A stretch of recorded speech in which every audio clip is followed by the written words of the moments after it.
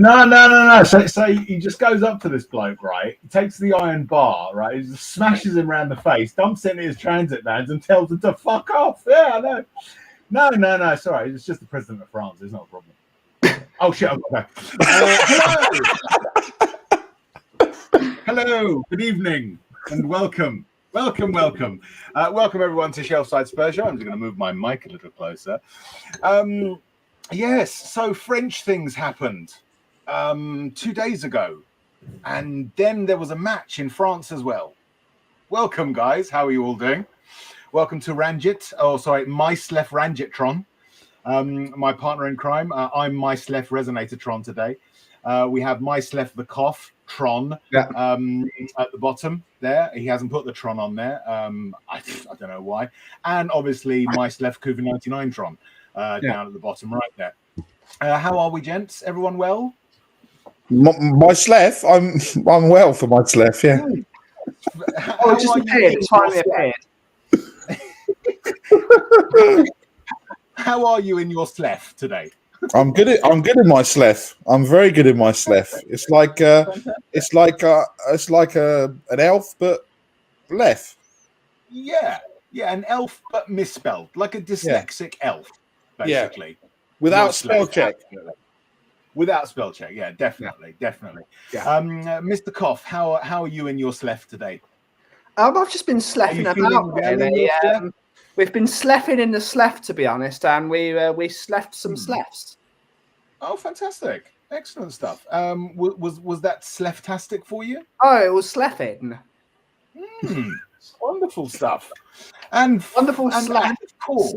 Wonderful slef. Wonderful slef. There was a Monty Python song about that, wasn't there? No. No. And finally, Myslef COVID-99 Tron. That's an interesting name. Tell us about it. Not really, no. It's all about my slef, isn't it? It wasn't going to be changed at all, but I thought I'd sleflessly do it for the good of the team. Yes, absolutely. There's no point in being sleffish, is there? Absolutely. Yeah. No. It's all to the good. And welcome to everyone in the chat. As always, I will be going through and saying hi. And Nick is going to be doing his producing things, with his producing magic to bring up interesting, funny, bland, boring, completely irrelevant comments. Do it. We will try again to do an Ask Us Anything at the end. So if you want to ask us a question, just do @SSSS, ask your question, and at the end of the show we'll go through some of them and laugh at the sheer derangement of some of your questions, mainly the football related ones, because who wants to be serious about football? Not us. And then we'll do a little name check. Perhaps we could be serious about football in the second half of the show. That's possible. Yeah, that's a good idea, isn't it? Yeah, that's not a bad idea. That's not a bad idea. It's not one we'll use, but it's not a bad idea. As always, please do make sweet music with the like and subscribe buttons.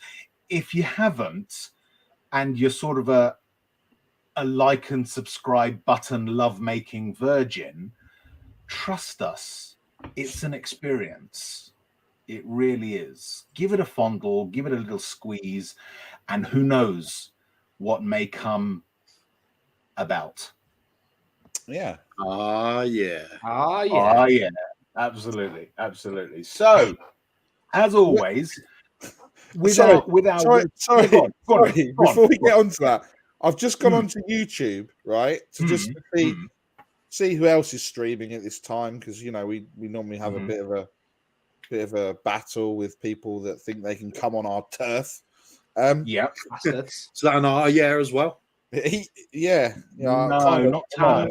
No. It's rather pathetic, really. Who comes on the shelf side turf? I know, but the advert that's just come up, I'm not going to. I'll tell you it because you might not believe it. Find single Ukrainian women. Fantastic. Okay. Above, we are Tottenham TV. No. So okay. I'm a little bit confused, if I'm honest. Oh, and now I'm. I thought it was only me that was getting that. They know my blood. Surely that picture is a little bit too idyllic, given the current situation out there. Oh, and now we're playing us back in thingy. We are not. We are. Did you know? Did you know we are 9 away from 800? Oh, Oh, 732 already. Yes, 114. That's right. Yes, we're almost to the 200 points in a season. Yes, yeah, Yes. four times. Yes, that's right. Have you told Alan Mallory about that? Because he would be really impressed. I haven't, mainly because I don't actually have his contact details, but I'm sure that he knows in his heart. Yeah. Oh, already. He definitely does. Yeah, I think so. So, yes, as we were saying, please do, I mean, look, if you want to smash the like and subscribe button, right, I'm not going to stop you, okay? If that's your thing, if that's what gets your rocks off, like Nick just did, that's absolutely fine. We prefer a gentler approach. Just caress it. Dear. Just like... Yeah, stroking, fondling, nibbling. Some people like the nibbling. You can nibble the like and subscribe. I don't know how you go about doing it. I feel like a canoodling tonight with it. Yes, we have not enough canoodling nowadays, is there? Yeah, no, there isn't actually. So yeah, maybe that. Maybe we could go into the classics. Maybe woo the like and subscribe buttons potentially, or in fact spooning. Could spoon them, yeah. Okay. Yeah, absolutely. Perhaps serenade it from from below the window. Yeah. Yeah, absolutely. Wherefore art thou like and subscribe buttons? Yeah, it could work. I think we're onto something. But however you do it, whatever turns you on, do it to the like and subscribe buttons, and we would really appreciate it because it does help the channel, and we love doing this weird shit for you guys every week. Most weeks. Sometimes we just can't be asked. And so if you want more, do the button thing. So where were we? Yes, we've got our resident historian in. That's going to be clipped for a new anthem, really, club anthem, isn't it? Do the button thing. Pump it. Yeah. No, I've changed my mind now. We'll throw across to our resident historian for Spurs on this day à la histoire. Yeah, absolutely, and I think. How many did you have for us? Today? I've got 5 today. 5. Whoa! Now we've gone a little bit. Now the first one is over 2 because it wouldn't fit in one box. Okay. Mm-hmm. So we've got 2 Spurs ones. We've got a history one. We've got people who died on this day and people whose birthday it is. So I thought I'd go a little bit. Cool. Do you know? All you need now is to find out people who got married on these days, and you can have births, deaths, and marriages. Yeah. As part of the Spurs on this day à la histoire. Yeah, I mean there is one that I didn't put in, and that was the Iggy Prince appliance usage today. Which appliance was Sophie using today? I should have. Unfortunately, it's been very bland. It was the only thing that we did get though. Breaking news is we know that Sophie does not fold and iron her bed sheets like her mother did. That's all I got from Facebook from Sophie today. Can I get a clarification? Yeah. Does she mean that she doesn't fold and iron her bed sheets at all, or does she mean she doesn't fold and iron her bed sheets in the style that her mother did? I think the world needs to know. Okay, well, I will, for clarity, bring up the actual post. Okay. No, I don't think you should ruin it. The ambiguity adds a layer of mystique to the whole post.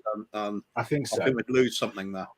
Okay. So what I reckon. So just before we go to on this day in history, we'll go through the Mr. Iggy's or Mrs. Iggy's Facebook. This will be actually a new feature. We will start this off. What's happened with Sophie this week? So we've learned how she folds. We've also learned that she does ironing to listening to music on the TV. And Tony DeBart, The Real Thing comes on 1994. That was #1 in the charts. Damn, I feel old. And 6 days ago, because obviously we need to keep it to this week. Morning, my medicine to get me through the day. Happy Friday. So I'm going to leave that blank and not show you the picture either. And you can deduce what medicine Sophie was taking at 9:30 in the morning. So right. Excellent. It could be coffee. It could be wine. So anyway, column A. That's going to be the new feature. But we the new feature moving forward. I just did the banner for you. It's wonderful. So the new feature of Sophie in the house, we get to tell you. We see Iggy every morning with his catchphrase. So now we're going to see what Sophie's been up to all week. So I think it works. Yeah, I think that's good. I think we've just on the fly, we've just come up with a new added layers. Layers of intrigue. And also Iggy will be here later and we will have Iggy's corner as well. Yes, absolutely. Absolutely. You've got your own look, your husband doesn't give you your own feature. We're giving you your own feature, Sophie. So don't knock it, all right? True. True, we're doing things. Yeah, exactly. So, a la histoire. Tell us about histoire, Nick. Okay, let's get on to history. There's 23 people watching. I thought you said there were 23 of them today. Number 21. Number 22. We might get through to the second half of the show, and then we'll wake up and we'll perform miracles like Tottenham do. Maybe. But no, we better get in quick because obviously in 12 minutes there is another show going live. So of course, and we wouldn't want to impinge on another fellow Spurs streamer's content or anything like that without maybe thinking about it or anything like that. No, we wouldn't do anything like that. So yeah, at 8 sharp, we're just going to stop mid-sentence. We'll all go over there and we'll do a shelf side Spurs raid. Yeah. Shall we? No. I've already wound the situation up. We don't. I've already done that a couple of times. Okay, well, they may have enjoyed that, so that's why I refrained, Ben. That's sorry, there is that. Coptron. Sorry, I got your name wrong. Right, so the first one. It was the 1st of November, 1893. Spurs had been reported by Fulham for poaching a player and for alleged infringements of the amateur laws. They were found not guilty of poaching, but Payne was on the Fulham books. He had not played for some time. However, having given him 10 shillings, Coover would have known. I put 50p for everyone else, but Coover obviously knows how much 10 shillings is worth, to buy some boots when his went missing. Spurs were found guilty of a breach of the rules. Whoa. Naughty. Very naughty. Whereas Daniel Levy wouldn't have given him the money. He'd have told him to go to the nearest charity shop to find something. I have to admit, I thought that was a little dig at me at first, but then I realised in the very statement itself, you'd put a huge butt in the middle, and I realised it's a little dig at Bob Spur, isn't it? Yes. Yeah, absolutely right. Yeah. On the 3rd of November 1951, Spurs were league champions and Wolves came to the Lane where over 61,000 fans watched a 4-2 win. We ended up finishing the season as runner-up, 4 points behind Manchester United, but, Bob's butt again, ahead of Arsenal on goal difference. Very nice. Do we like 50s? So this is now we go on to this. I might pronounce some of it wrong. I might not even pronounce it, so it's fine. In 1998, the discovery of the Hue Autonomous Region of Ninja,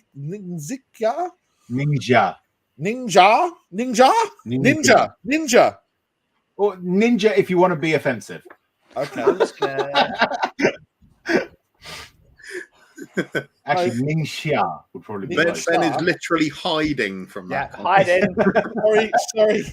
sorry, everybody. Yeah. Anyway, they discovered a previously unknown 15.5 mile, 25 kilometers for those who deal in that measurement. Metric, that's it. Yep. Segment of the Great Wall of China, which runs a total of about 4,500 miles or 7,300 kilometers for those dealing in that metric. How can you not know a piece of wall is there? It's like happens all the time. They drink a lot in the Hui Autonomous Region. It's like forgetting that Alan Mallory played for Tottenham and for Fulham. Yeah, exactly. Would you? Yeah. Or getting 114 mixed up with 200. Yeah, but you might go, oh, where did I put my wallet? Oh, where's that 15.5 mile segment of that Great Wall just turned up from? We forgot to cut the hedges. That's what they did. They forgot to cut the hedges. Cut the hedges. Oh, look at this. Yeah, perhaps they did what my neighbour did and just move the wall. Yeah, they drink a lot in Ningxia. They do. You know, it's sort of like where did I leave my wall? But obviously in a Chinese accent. I didn't actually put the year here, so for a bonus point, people in the chat can find out what year. Henry Matisse died, age 84, on this day. Not sure what year. Oh, okay. I didn't put it up. And birthdays. Larry Holmes, the boxer. I did put the dates in this time. I don't know why I mixed it. Artia Sen, an Indian economist. So for Ben, obviously Bobby Kay and Bob Spur will know who that is. We won't. Yeah, no, of course, because all Indians know all other Indians. Yeah. That's the rule. That's the rule. It's true though, right? And if they're going to build a wall, they know where it is as well. Yes. And Charles Bronson was born in 1921. So amazing. You have. Mark has put a good one there. I just wanted to think. Sorry, Reg. It's the myth that it can be seen from space or the moon. Right. It can't be seen from space. It can't be seen from the moon, but it's the only man-made structure that can be seen from, or was the only man-made structure that could be seen from orbit with the naked eye until a few years back when we started building really massive things. Individual. So there you go. Stuart knows he's an astronaut. He's an astronaut. Yeah. Stuart is an astronaut. He told me once. Yeah. Did he? We know. Yeah. Mm-hmm. Okay. Yeah. He tells everyone that he likes. If he hasn't told you, he doesn't like you. Well, okay. He didn't tell me. So what you get for missing the Paul Stewart off, Nick? That's it.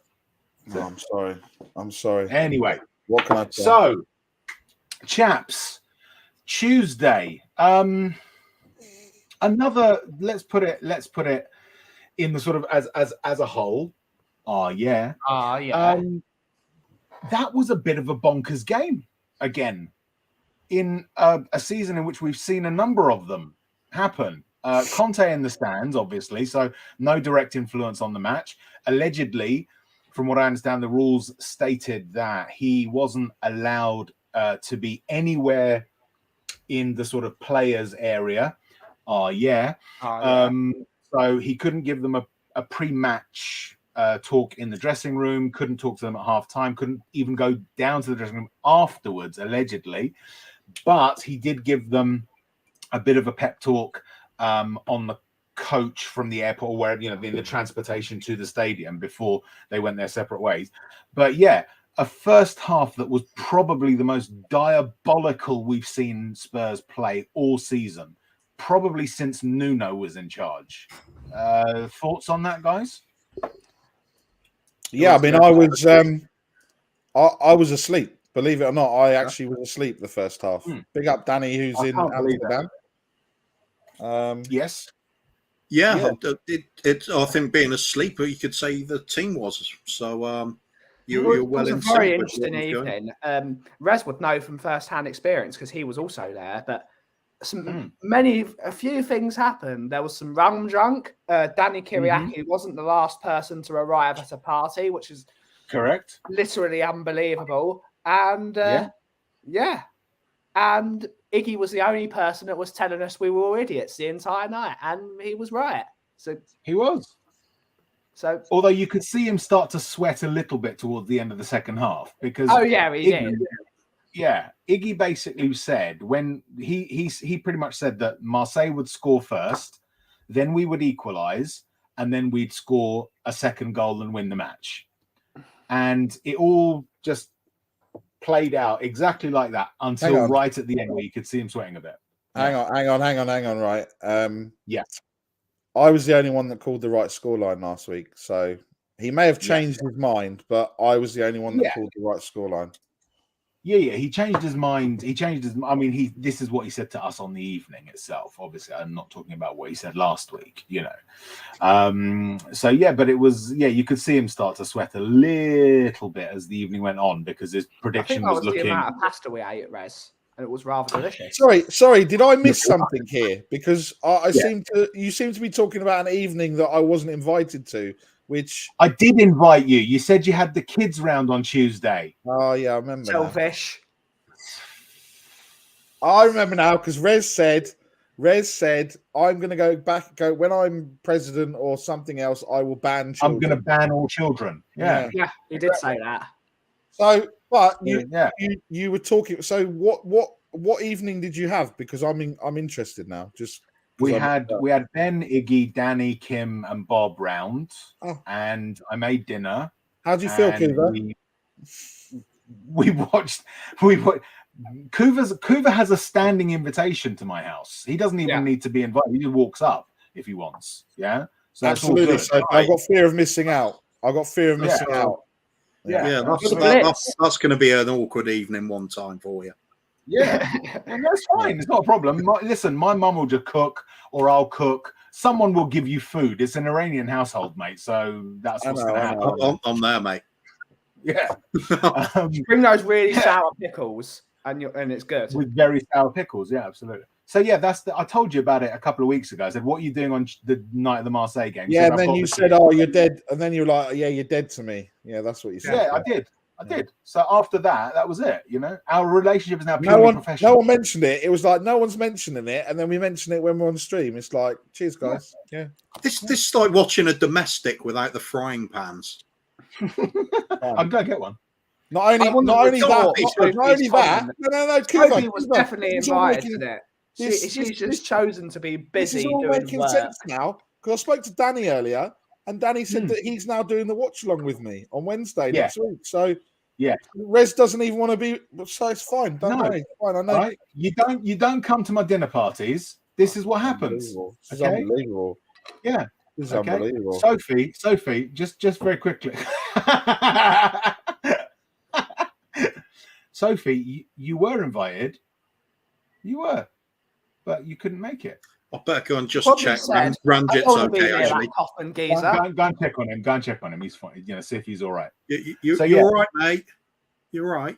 No, don't cry. Don't cry. It's okay. It's okay. All right. Show's still on. We can have some fun. It's okay. Yeah. All right. Oh no, don't do that. All right, I'll go back. Okay. See ya. Yeah, he's fine. Is he all right? Yeah. He's okay. Okay, good. That's helpful.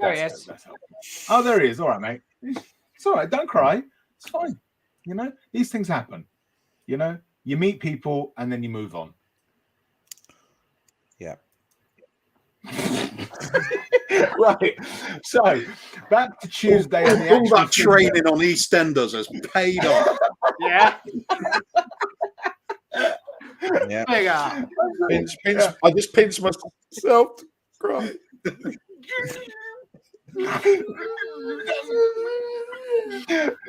It sounds a bit like Chelsea fans earlier in the season.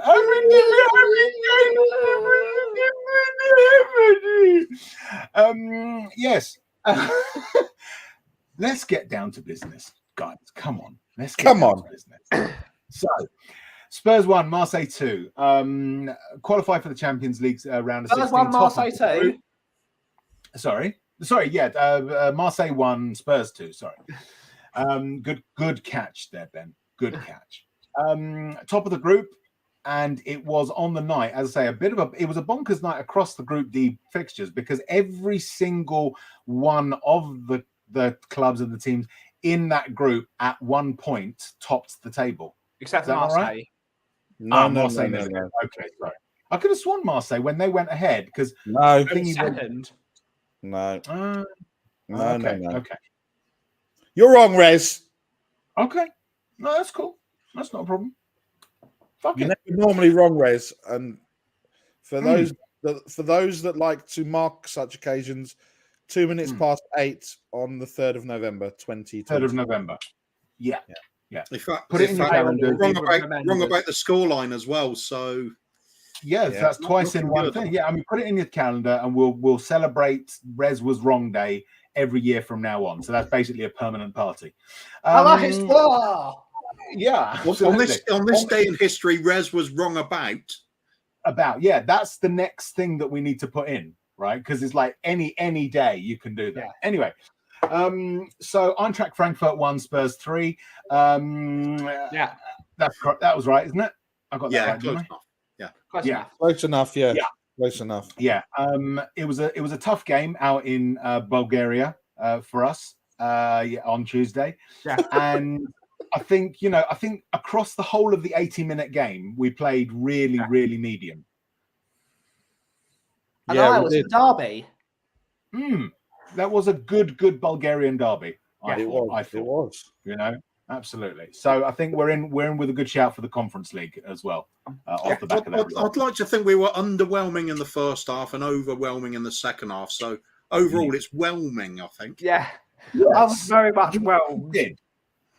We did. We whelmed. Yes, we did. We went out to whelm things. No, come on, seriously though. As I say, first half, second half contrast. Let's go round. Ben, what did you think? First half, we were shocking, weren't we? We could barely pass a ball 5 yards to each other. It was such an unbalanced performance, and Marseille weren't good. They were awful as well. They could barely pass the ball to each other as well. It's just how crap we were on the night. Almost overwhelmed, not just overwhelmed by the atmosphere that was in the velodrome. And it was a complete and utter shambles from the first half. But we did what Tottenham do. We turned up in the second half and we battered them in the second half. They had a couple of chances, which was due to our going for a goal to try and kill the game off. Kolasinac, who is shit, missed the ball from which he went full Harry Redknapp and Sandra, Darren Bent even on that. And we won the game. Bentancur, who we will talk about later, was instrumental in that game. Like completely every single good thing about that game, Bentancur had a hand in. Harry Kane showed he is quality in a big game when it matters. You need to pronounce his name properly, Ben. Yeah. Bentancur. Bentancur. I can't roll R's. I'm sorry. We need Jacob. We need Jacob to write a video. Bentancur. He was phenomenal. The entire night, he was phenomenal. And I don't give a shit how the performance is. As long as we win the football match, at the end of the day, it's all that matters. I want to see I want to see a bit more consistency with the way we play.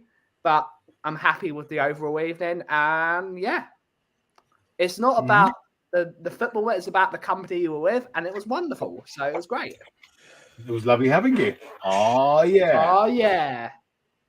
Kuva, is it sustainable? Can we keep doing this? Can we keep going into games and playing shit for 45 minutes and then realizing, oh, fuck, we've got to win this? Yeah, of course we can. Doesn't mean we're going to get the results, though, does it? Yeah. But playing shit the first half, I'm sure we can do that all season. No problem. It's within our capability, yeah? Yeah, I think so. If we build it, they will come.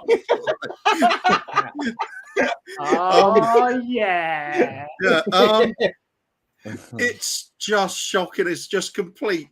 Didn't turn up at all. We made every single one of their players look like prime Romero when it came to winning the ball back. It was shocking the way they just swoop in and just so easily dispossess people. Literally men against boys in that first half. Not a single player turned up, except for Hugo, thankfully. kept us in it single-handedly. Time. Yeah, true.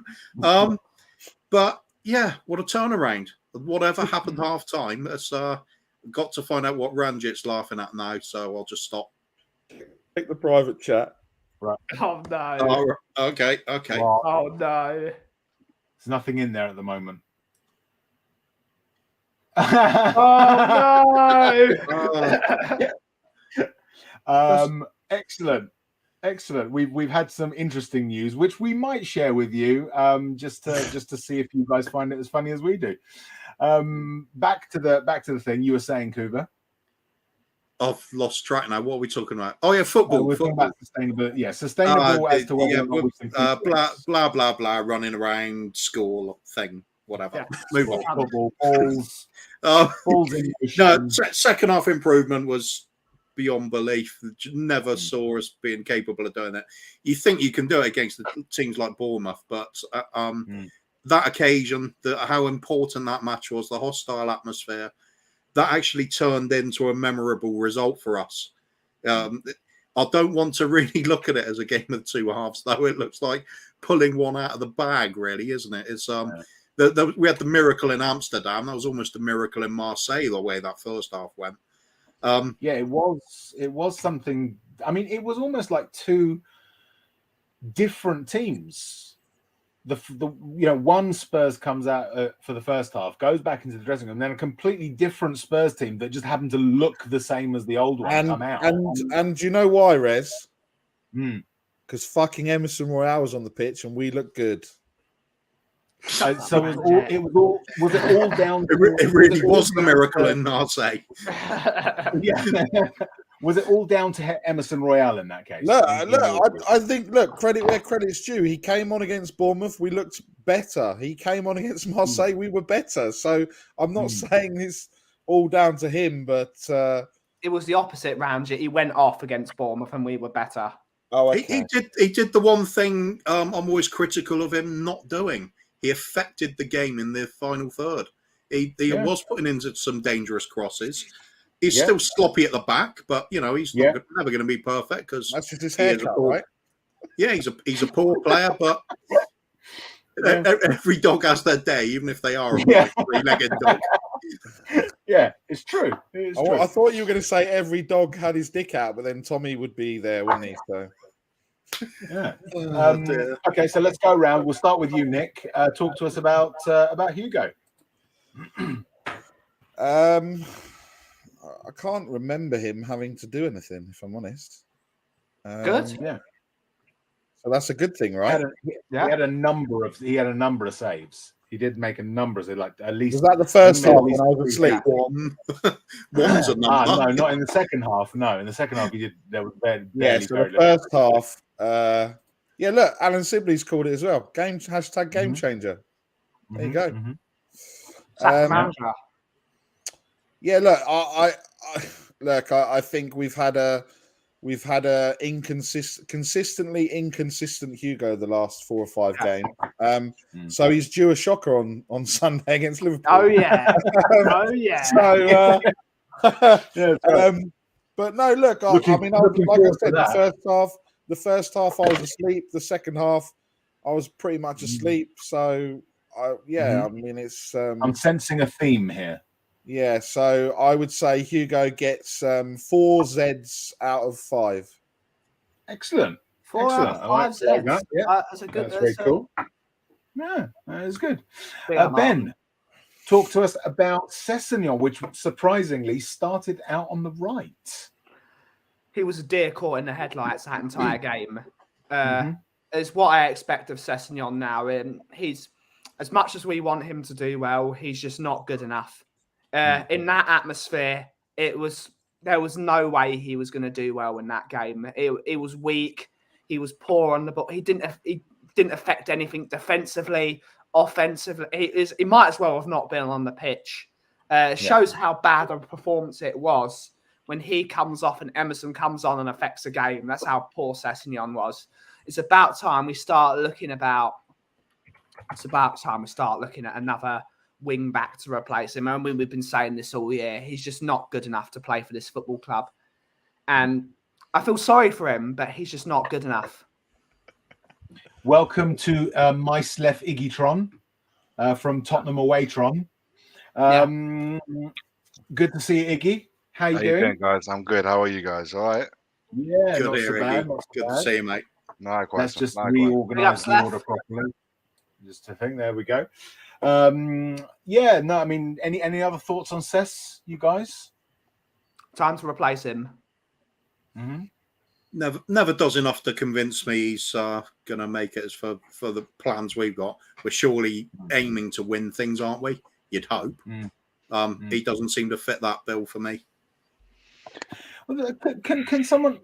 So there are people out there who I believe that they're genuine in what they say, in as much as they say they can see a player in there. What is it about him that they can see? Because I genuinely can't see much about him, if I'm being honest, apart from maybe a turn of pace. But what's the point in having a turn of pace if you stop just after the halfway line? He's flimsy. He's a flimsy footballer. He's got a mental block in him that he thinks any time he exerts himself, he's going to get injured. And at that point, if you're not trying to beat a man constantly, what's the point of being a wing back? What's the point of being a fullback? Because you have to beat your man and then cross the ball into the box. That's the basics of a fullback, let alone a wing back. And he's just not good enough. He's just not good enough. He's not a goal threat. His crossing is substandard, which we saw in the Sporting Lisbon game. It's time to go. I think the most worrying bit for me was, for a change, he was generally in the right position at the right time. It's just what he did with the ball was poor. The clearances were poor or hurried, rash, and he was generally just didn't look comfortable at any point. And if you get substituted and outperformed by Emerson Royale, then there's something wrong with your game. So Peter's made a point. He's saying he's talented but no mentality. I mean, what talents does he have? I'm genuinely asking. I'm not saying he doesn't. I would genuinely love to know where is his talent, and if it is just a mentality problem, could he turn? I mean, is there a way of unlocking that, of getting rid of that weak mentality? I know this is Spurs, where weak mentality has been our sort of calling for a few seasons now. But I mean,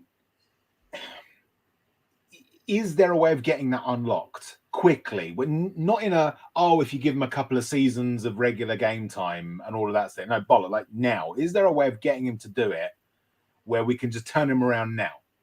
That's the thing. Okay. No. Yeah, if we want to go and play in Turkey, maybe. Yeah. Okay, fair enough. But saying that, a certain guy that went to Turkey has just had his arse chewed this week by his manager. So clearly, if he's not good enough for here, he might not be good enough for Turkey either. I've got to say, Turkey is rough in terms of their football. They're full-blooded. Yeah, they are. When they play, there's no holding back on that one, is there? But it's Christmas soon, right? So Turkey has its day, as they say. So Dele Alli. We've been told to stay away from Turkey this Christmas. Bird flu, apparently. The country or the bird? You might want to stay away from the turkey. Yeah. Stay away from the turkey. If I remember right, with good turkeys. If I remember rightly, Santa Claus actually originated in Turkey. Oh, is So that did right? Abraham. So did Abraham. So did St. George. So what we're saying is Turkey's awesome. Yeah. Big up Turkey. The country's not bad either. Yeah. Big up. Anyway, moving on. Wasn't St. George Palestinian? Yeah, that's the thing, isn't it? It's sort of. I don't know. Look, we've already insulted the Chinese tonight. Let's not fucking go anywhere else tonight. Oh God. So the very, very famous Mongolian player, Emerson Royale, Kuva. Yeah. Your favourite player, my favourite player. I mean, I've seen the posters on your bedroom wall. You've seen the posters on my bedroom wall. We love him, don't we? Yeah, those posters are in a shocking state. They need at least cleaning. Yes, they do. At least the white. At least they're laminated. The trouble is you can't peel them off the wall anymore. No, I mean that's what we're left with. Either paint over or put wallpaper up, or just live with it. Finish the job. That's what I say. I think you can start off with a brand new poster. Anyway, yeah, like I said a minute ago, he affected the game. We did look better when he came on. We looked more balanced, more aggressive going forward. I'm going to say it. He had a good game. Yeah. Shut up, Kuba. He did. He had a good game. Not brilliant game. Not going to get carried away. He had a good game. He had a good 45 minutes. Yes. Let's not get ahead of ourselves. And as we know, turkeys need a lot longer than 45 minutes. Yes, yeah, absolutely. Was it 10 minutes per pound? Yeah, so do donkeys as well. Yeah. So yeah, you got to be careful. 10 minutes per pound, and he was what, 25 million quid? Bloody hell. That's a long time. It really is. 250 minutes. That's putting your bill up quite a lot in recent times. I've got to take it back. When we say Paratici's cooking, bloody hell, he's earning his money. Yeah. He's standing by that. He's slaving over that oven for 250 million minutes. You know, it's amazing. I don't see what's wrong with a kebab. What's wrong with a kebab really on Christmas Day? No. There's nothing wrong with a kebab, mate. There's nothing wrong with a kebab whatsoever. I might even have one after the show. It's a good idea. There's some good ones in your area as well. Do you know what I really like about this? Is if we can invite Iggy onto the show and just get him to sit there listening to all this shit. It's all right. He's going to get Dyer, so there'll be plenty there. That's not a problem. Yeah, cheers. Any other takers on Royale? Any other thoughts from everyone? Just generally or over the game? Yeah, no, on Royale specifically. We'll do the game. No, he done well. He done well coming on. I think he, like Kuva covered it. He gave us a bit more balanced. Cess was a bit like a fish out of water, to be honest with you. Do you know what? The Cess is the classic player where he's a little fish in a big pond right now, and he needs to be the big fish in a little pond. So for me, the only way you're going to see the Sessegnon that we remember if we see him back in the teams like Fulham or that there and thereabouts. I think there the pressure is off and he's able to perform a lot better. At Spurs, if you look at even when they do close-up shots during the game at his face, he's got his his eyes are like popping out of his head almost like, and he's got this fear look about him. You never get that sense where he's in control. His face speaks so many volumes whenever there's a close-up shot for him. So for me, I think the Spurs is just a level too high for him. I think any of the top 4, 5, 6 teams is a level too high for him. Do you know what it is? If you guys think about a lot of the games that he's been involved in, they're very forgettable ones. The only one I remember from him, other than the goal against Bournemouth, which is recent, but the last game I remember, I can say, you know what, he actually had a really good game. Southampton, opening game of the season. After that, just forgettable games. Forgettable performances, and there's a lot of those players in the team or in a squad, sadly, that forgettable performances. Sadly, it is this. I've got nothing against the kid, but he's just not up to the level. And the fact that we're talking about Emerson having a good half just shows either did he really have a good half, or was it just the replays were so bad they made him look good as well coming on. So it's one of them ones. Like you can't quite. It sounds harsh to say, but you know what? For the benefit of the doubt, just say Emerson had a good 45 minutes because he came on and we ultimately ended up winning the game. So he has to take. Yeah. He was part of that 45 minutes. So credit where credit's due. All right. Well, keep going. Talk to us about Dyer, Iggy. Do you know what? I spoke about all 3 of our defenders, and I felt awfully bad afterwards because I thought I've just slagged them all off, and Longley had even scored against Marseille, so I completely forgot about that one there. Do you know what it is with our centre? We're also blown away by Bentancur that we forgot that Longley actually scored. Yes. But do you know what, guys? When do you know that night round yours on Tuesday night? By the way, brilliant dinner, guys. Rub it in. Hey. Brilliant dinner. And I don't even eat rice pudding, but Rez's rice pudding. I asked him about this because Sophie knows about this. She loves rice pudding. I mean, loves rice pudding. I wouldn't go anywhere near it. But there was something about the sauce. Rez will have to tell you about it. I mean, I ate the whole thing. I was asking for more. You know, one of them ones where it made all the difference. Rice pudding will never be the same without that sauce. I'm glad you liked it, mate. Rez, you'll have to tell people because I can't even tell you what it was. You told me, but I've forgotten it. So it was coconut. We will go back to Daya. I'm not avoiding the question. We will go back to Daya.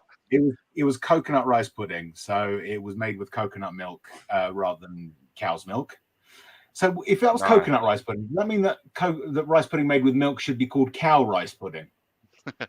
Isn't that just a bounty bar? Yeah. And then on top of that, there was a syrup made with rum and raisins, which obviously just gave it amazing. I don't even eat raisins, Rez. I ate rice. I ate the rice. I ate raisins. I never eat that stuff. And this guy's just made me eat the whole thing, and I wanted more. It's brilliant. I'll make some that you can then take home for Sophie at some point as well. No. Don't are you going to stop fucking talking about Tuesday night? Well, Spurs played Tuesday night. Yeah, we can talk about that. There was a match as we can talk about that. I don't want to hear any more about fucking rice pudding, special sauce, jizzing everywhere, or whatever you do on Tuesday. No one was jizzing anywhere.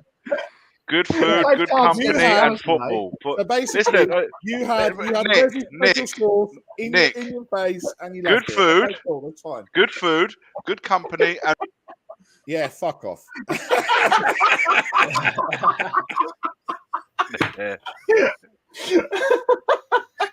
Dickhead.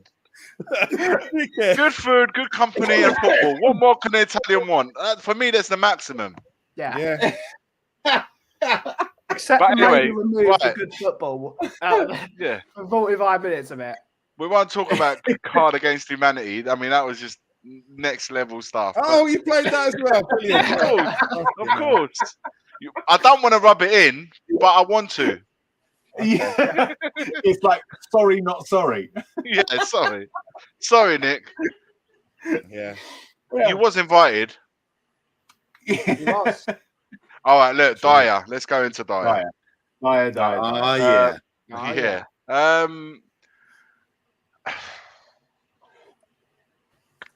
What can I say about Daya that hasn't been said? In many of the streams that I have been part of. Daya is just Daya, man. You're not going to get any more than what you're getting right now. I think the guy tries. I think he's dedicated. I really do believe that he is dedicated to his profession. I just think he's just not great at it. The problem with Dyer that you got, and you'll continue to have, especially in our defense, is that he's always wanted people close to him. People close to him to his right, people close to him to his left, people close to him in front of him. So in a way that he's protected, he creates this thing where he's protected all around. The problem with that is that we got ourselves in a situation, for whatever reason, that we are now defending outside our 18-yard box like we was the other night. Now, I don't care what anyone tells me, right? No one sets you up to defend that side of your box. The game probably just happens to go that way, but I don't think anyone sets up to go in the 18 yards box. What you will not see with this defense is play a high line. You just won't do it. We don't have the characteristics amongst the individuals to play a high line so we can be aggressive in other people's part of the pitch, the opposing team's part of the pitch. So we have, when you break them down individually, Longley, I hadn't really seen him in a one-on-one situation or an exposed situation to see how quick he is on a foot race. He got absolutely skinned by Almiron against Newcastle. Absolutely skinned. And that told me there and then, this guy will never want to go one-on-one because he's just got shown up. Dyer, at any minimum opportunity, he will get spun. If he's anyways isolated or he's not protected, he's got players around him, he gets spun, or even worse, turns his back to the shot or anyone taking him on. And then you got Davis, who's probably for me the better out of the three in so far. And he's someone. Look, Davis' commitment to the cause is undeniable. No one can question the guy's commitment. He is truly there, fully involved, puts his body on the line, as he's done many occasions. But he is another one. He doesn't want to be exposed, and he doesn't want to be. He's overcautious. He's cautious. He's genuinely as a player. He's cautious. So when you got a trio that formed itself the way it did on Tuesday night, and you've only got amongst those Romero, who is the only player that's got a little bit of pace. He's not super pace, but he's the quickest probably out of the three. And you know, even if you get past him, he's going to put you up in the air. He'll take the yellow. So you're not going to get very far. When you have one of those, only one defender of that, you see where the problems are in our defence. So we need to change that and change that fast. We need to at least a couple of players that can change the dynamics of that defence, where we can start playing a little bit higher line. And the players I feel sorry for, and I said this in this morning's video, the players I feel sorry for is Bentancur and Højbjerg, because if the attacker's there to go further up the field, they've got to make that distance, because the defenders are not coming up and our strikers there to attack, and then the midfielders think shit. So what happens? The attackers naturally start dropping back into midfield, because they want to close that gap. So instead of the defense coming up, our strikers end up coming back. So when you see Kane or Son getting the ball, you think to yourself, why are these guys 50, 60 yards away from the goal? So it's impossible. It's an impossible situation right now. So that's the part for me that we need to change. The more, obviously, don't get me wrong, the win backs are unsavable. None of them are savable. Even Perisic is starting to great. I mean, the second half was a lot better. I say that about Perisic. It was a lot better in the second half. But he did make that it's an underwhelming. Yeah, you know, he's getting there, but how much can we expect of him? Are we expecting too much of him? We should be expecting more of all of them, of that win. But you know what? Let's leave the win backs there. So this is where my problem is. Can I raise one thing? Can I raise one thing? Yeah, cool. Sorry. Are we expecting? I mean, not in terms of forgiving them, but is it unrealistic of us to expect any more from Dyer? This right with Conte, with Jose before him, with Nuno just before, in between that, Ryan Mason, Pochettino. These players have survived all these managers. This is the thing. Longley, forget Longley and the other boys. But I'm talking about as a whole, as a defensive unit. These have survived all these managers. Why can't we get rid of these? It's like we have an unbelievable situation where we just can't seem to get rid of players. We can't. We've had to send them out on loan. We can never actually get rid, as in we've parted with them forever. We always have to, it's a loan. It goes to Turkey, like you guys just mentioned, and Ndombele's gone nap. But all these guys will eventually return. And what the hell? Well, we will cover stuff like that. Let's with Dyer. Look, Dyer. Look, we had a wobbly 45. I thought defensively, we was a bit. Hugo Lloris did get us over a couple of. I remember at least two saves. One of them where he was on his post anyway. There's a standard routine save, but it was still a save with a guy hitting on the ball on a half bounce. And the second one was where Sessegnon completely miskicked it, clearance, which he tried to. I don't know why he hit it with his thigh, and then the guy smacked. I think Verita smacked it with his left foot, and Lloris made a brilliant save.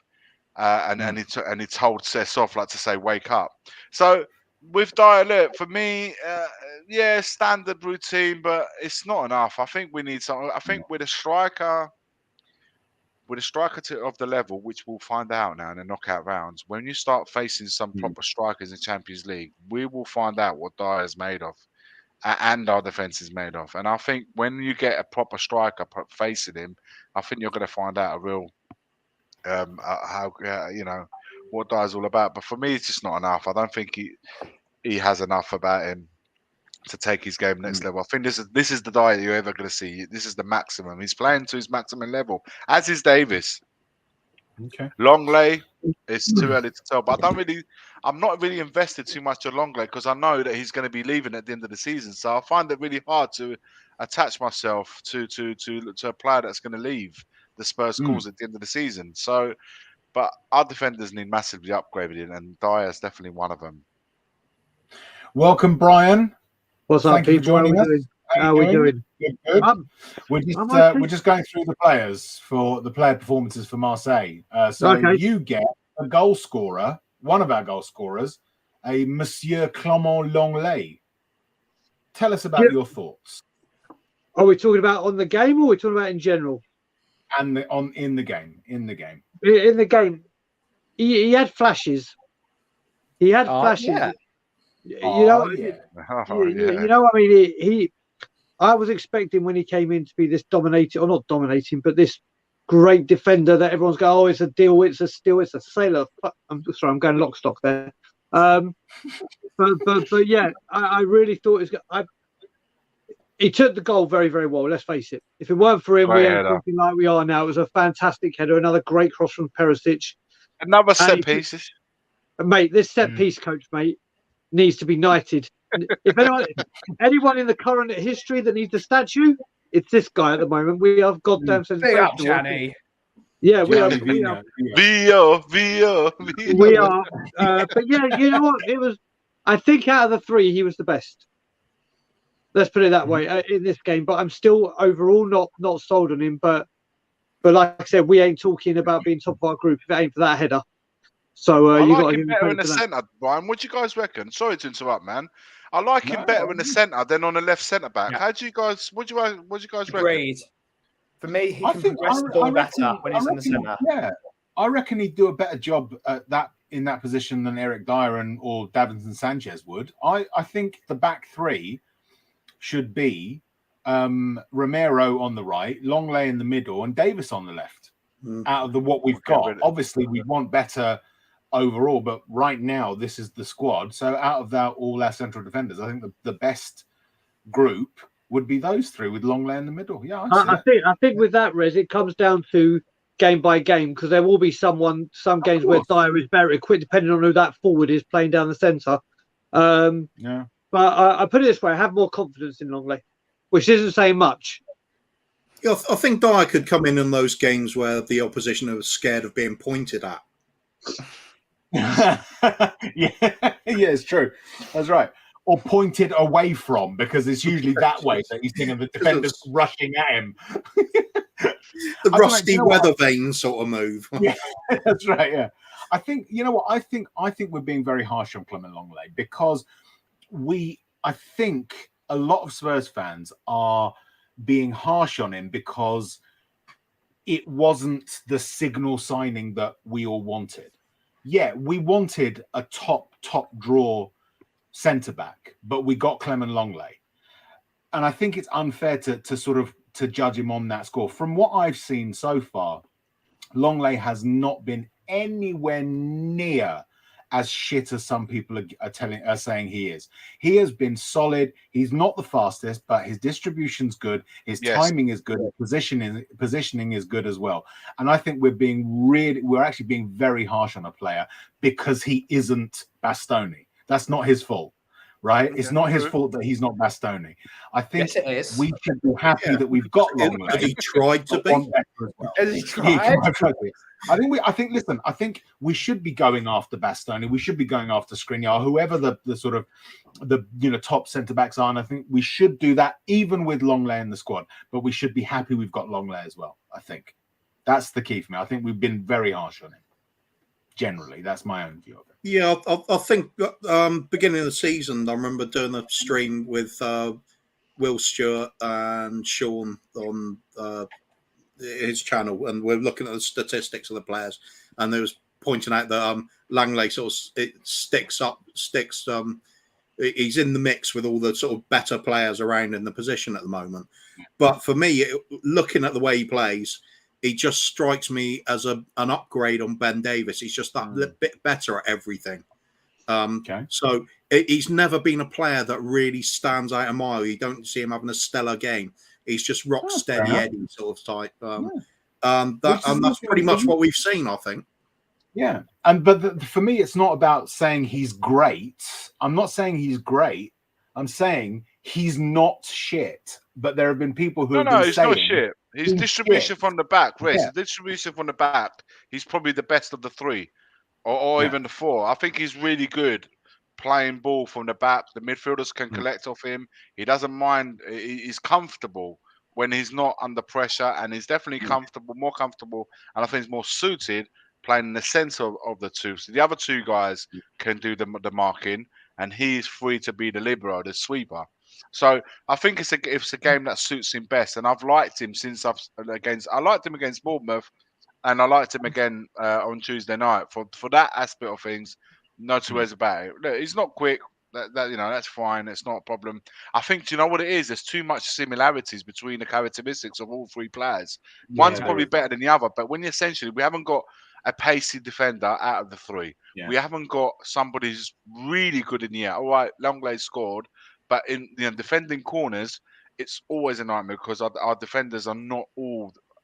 The attribute is not high when it comes to headering the ball, though attacking it on your position box, it seems to be like it works wonders. Defending them, not so much. So it's just too samey, and this is what I'd like to see start getting a defender that matches ones that you have, but give you the completely different characteristics. So if you've got someone that's really good on the ball, and you've got someone that's good with his head, and the other one's got really pacey, it's a mixture, a cocktail that together, when they come together, it works fantastically well. I think if you've got all the attributes, if you've got three at the back, I think. And when you've got three at the back, this guy and this guy, the bookends of the three, they've got to be quick because they're going to be exposed to one-on-ones if your wing-backs are playing high up or get caught high up. So that's where I think there's a fear. There's a fear amongst the goalkeeper that's not great with his feet. There's a fear of getting done for pace. There's a fear of getting done for heading. So when you've got all these fears amongst your back 3-4 and the goalkeeper, your team will naturally drop back. They will naturally do it because they want to protect the weakest part of the team. But what happens is that by doing that, we're not exposing ourselves going forward.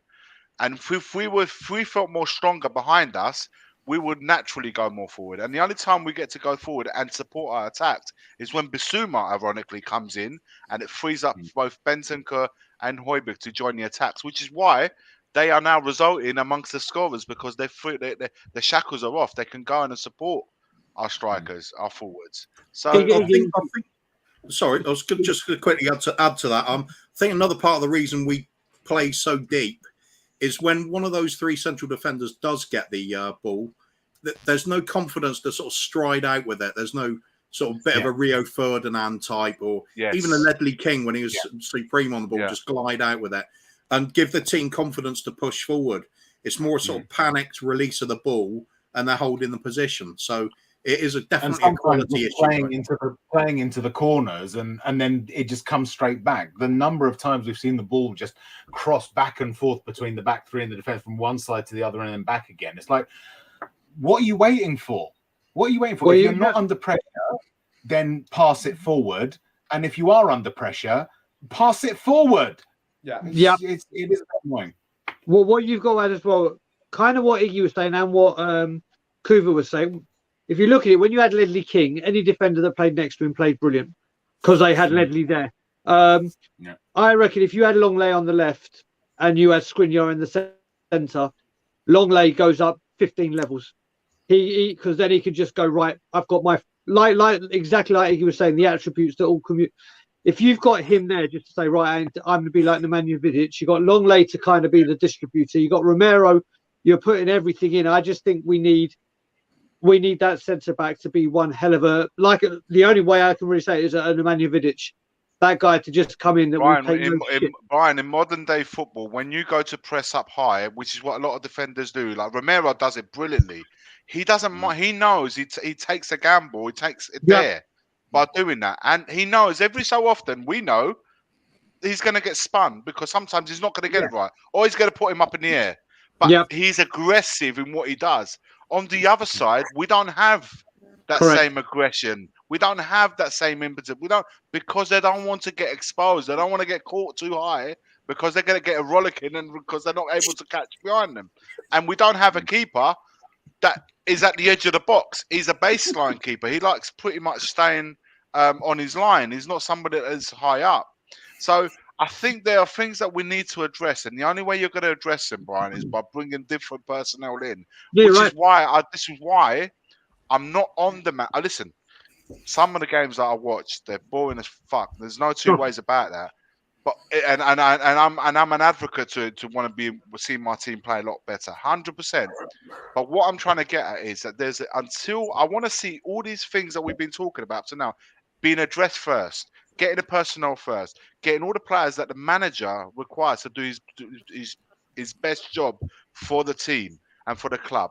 Once he has that, if he then still makes us play shitty football and he's got all the players required and the level of the players have gone up, then I can get on the manager. And I can say, now it's on you, mate. You've got everything. But how can I have a go at the doctor when he doesn't have proper tools in his bag to mend the patients that he needs to see seen to? This is what I'm trying to get at. And I'm trying to get the rational thinking of everyone I speak to on the videos or even you guys on the streams. I'm trying to say, look, let's get that sorted out first before we get on the manager's back. Until that is sorted, we won't begin. We'll come to that, guys. Can we've yeah, sorry. I know we've got way off piece. About the match as a whole after. Yeah. Let's do the players first, so otherwise we get bogged down, right? So Ben Davis. We've covered most of it. We only on Ben Davis. I went for a sleep. I came back and we're on Ben Davis. It's fine. I'm going to rattle through now. Ben, you've got 12 seconds to talk about Ben Davis. Decisively average. And moving on. There you go. Done in 1 second. There you go. Nick, Ivan Perisic, you've got a bit more than 12 seconds. Okay. Assist, and that was about it. Right block. No, Nick, that block at the end. That block. I was asleep. You weren't here, Brian. I was drifting in and out of consciousness. I woke up and I saw the long leg goal. And I saw Højbjerg scoring, so I didn't see the block. So it was a wonderful game for you. Nick, it was a wonderful game for you. In and out of sleep at that second 45 minutes. How do you manage it, man? I had about 4 heart attacks. Mate, I knew someone like Wes who did CPR, so he had to resuscitate me 4 times. I had 4 heart attacks. Iggy, can't you remember when I was part of Tottenham away when we had Jose and I fell asleep during the games, mate? It's very easily done. It's very easily done. Marseille second 45 minutes, you can't put it asleep. That second half, you should not be falling asleep. If seriously, if you're falling asleep in that second half, you might have narcolepsy. I think everyone has to also realise that people may have done a full day's work and got up very early in the morning, and they sat down in that first half. Was enough. Looking at. Yeah, Iggy's. I was looking at the clock at one point. Rez's clock was an hour forward. He hadn't changed it back. Yeah. So when I looked up on one moment, I went, ah! Because I'm thinking, I've got to be up at 5 a.m. I was still at his at midnight. But what I hadn't realised, he hadn't changed the clock back. So I thought, what am I still doing? I've got an hour's drive to get home. 1 a.m. I've got to be up by 5. I was panicking. So, Kuva, you get the treat. Roddy. This. Rodrigo Bentancur. Right. Let's start with the average bit, that first half. I don't think he was actually too bad amongst the bad performers. It was going off around him. There's not a lot he can do if everybody's off on one. He was average. He was still putting in a reasonable level of performance and sort of holding at least something there when chaos is ensuing around. But let's face it, it's all about that second half. The way he drove the team forward in the second half was unreal. He was first to get the ball each time, always pinching it off the opposition. Didn't put foot wrong defensively or offensively, if you like, as well. Always looking for a key pass, feeding the players ahead of him, driving the whole team forward, looking better and better, showing leadership qualities. He could be a dark horse of maybe taking over as a captain at some point, in my opinion. He's having such an effect on the team, looking a brilliant player. I think he's looking an absolute steal now. He really is. We knew he had talent before. We knew he was technically good, but he's putting it all together now. The bloke's on fire. It's actually given me hope that we might do okay this season. Absolutely. Any other thoughts, guys? Oh no, it's gone again. Throw it to anyone with on Bentancur. Sorry, go on, Ben. I think he should be captain. I mean, Coover got it spot on. He was the only player in that first half that was trying to make things happen. And when the players did get their act together, probably quite a lot of that needs to go to Basuma, because Basuma was excellent in that the second half an hour of the game from 60 to 90 minutes. But Bentancur showed that my God, that's how a footballer plays in a big game, dictating the pace of a football match. And whoever called him a reject needs to apologise to every single person in the world. I have to say, just very quickly with Basuma, I think he should just keep coming on as a sub, even if we make a sub after 5 minutes, because he seems to play fucking incredible as a sub. But whenever he has a full game, he just can't do it. So I think there may be like we can't play in the first half, just make Basuma a sub and bring him on whenever you want. Or give him a sub. As in a sandwich? Yeah. Oh. What, as a reward? Yeah. No, as his wages. Yeah. Oh, I see. Yeah. I guess, with what's going on in the world, sandwiches are becoming more expensive, so the value goes up. You can pay people in sandwiches. Anyway, I know someone would be very happy to pay people in sandwiches, funnily enough. Yes, funny that, isn't it? Yeah. Paddington. Yeah. Oh no, we're talking about marmalade now. We're talking about someone else. We're talking about Alan. Alan paid with them. Iggy, Skip, he only came on for about 6 minutes, so I'm sure you can get through this quite quickly. Listen, Skip, I think is he's at the moment, he is so far behind compared to everyone else. We've just been speaking about a monstrous Rodrigo the last few weeks, especially even more so of recent times. A Højbjerg who was been phenomenal since the start of the season. So those two at the moment, even Basuma struggling to get a game in between them. So now Skip has really got to put himself through the paces.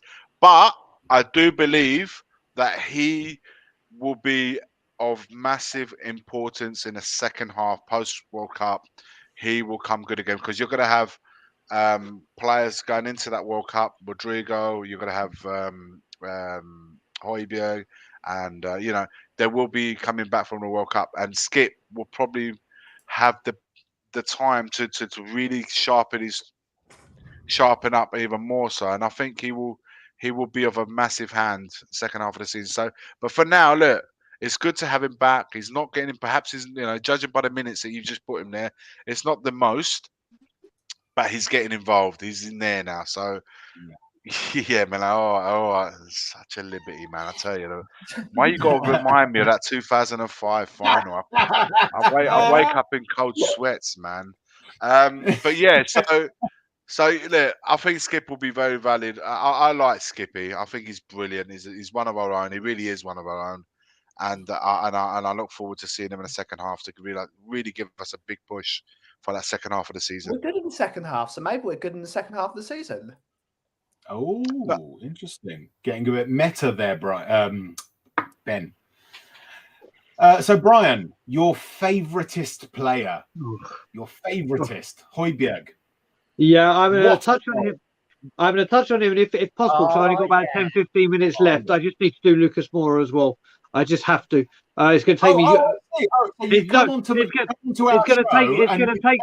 to take me 1 second. Well, it's going to take fine. me 1 just second. do Jill, Son, Basuma, and Kane as well. No. The rest of it, Brian. I've only got another 10 minutes, mate. Just listen, you bastard. I'm only saying it because it will only take me 1 second. Nick, you think you're a funny guy, don't you? You're a funny. They're resident a funny guy. Well, I can't get mad at my lawyer. I apologise to you, but I can't get mad. I haven't paid my retainer. Yeah, Pierre-Emile Højbjerg. What can you say? This guy has just gone up levels upon levels upon levels. It's just you now. I don't know. Nick's the producer. You need a new technical crew. That's all I can say. You need to do this, Nick, first. Fucking hell! All I wanted is 1 second, and just to announce I didn't step on toes. Jesus Christ! I thought a Levy-style rant coming on, but directed at Shove Sides first. Oh, come on, Brian, be professional, mate. Brian, a rant? What's a rant? Yes. As I was saying, Pierre-Emile Højbjerg. Oh, for fuck's sake! Do you know what? I'm about to push leave my fucking self. Pierre-Emile Højbjerg has just gone up levels upon levels upon levels. The guy, you've got to remember how many games this guy actually plays. He has like one game as a rest all season and then just continues. But this season, he has just escalated. He's like added finishing, he's added passing, he's got a new lease of life, and he is just instrumental in everything we do.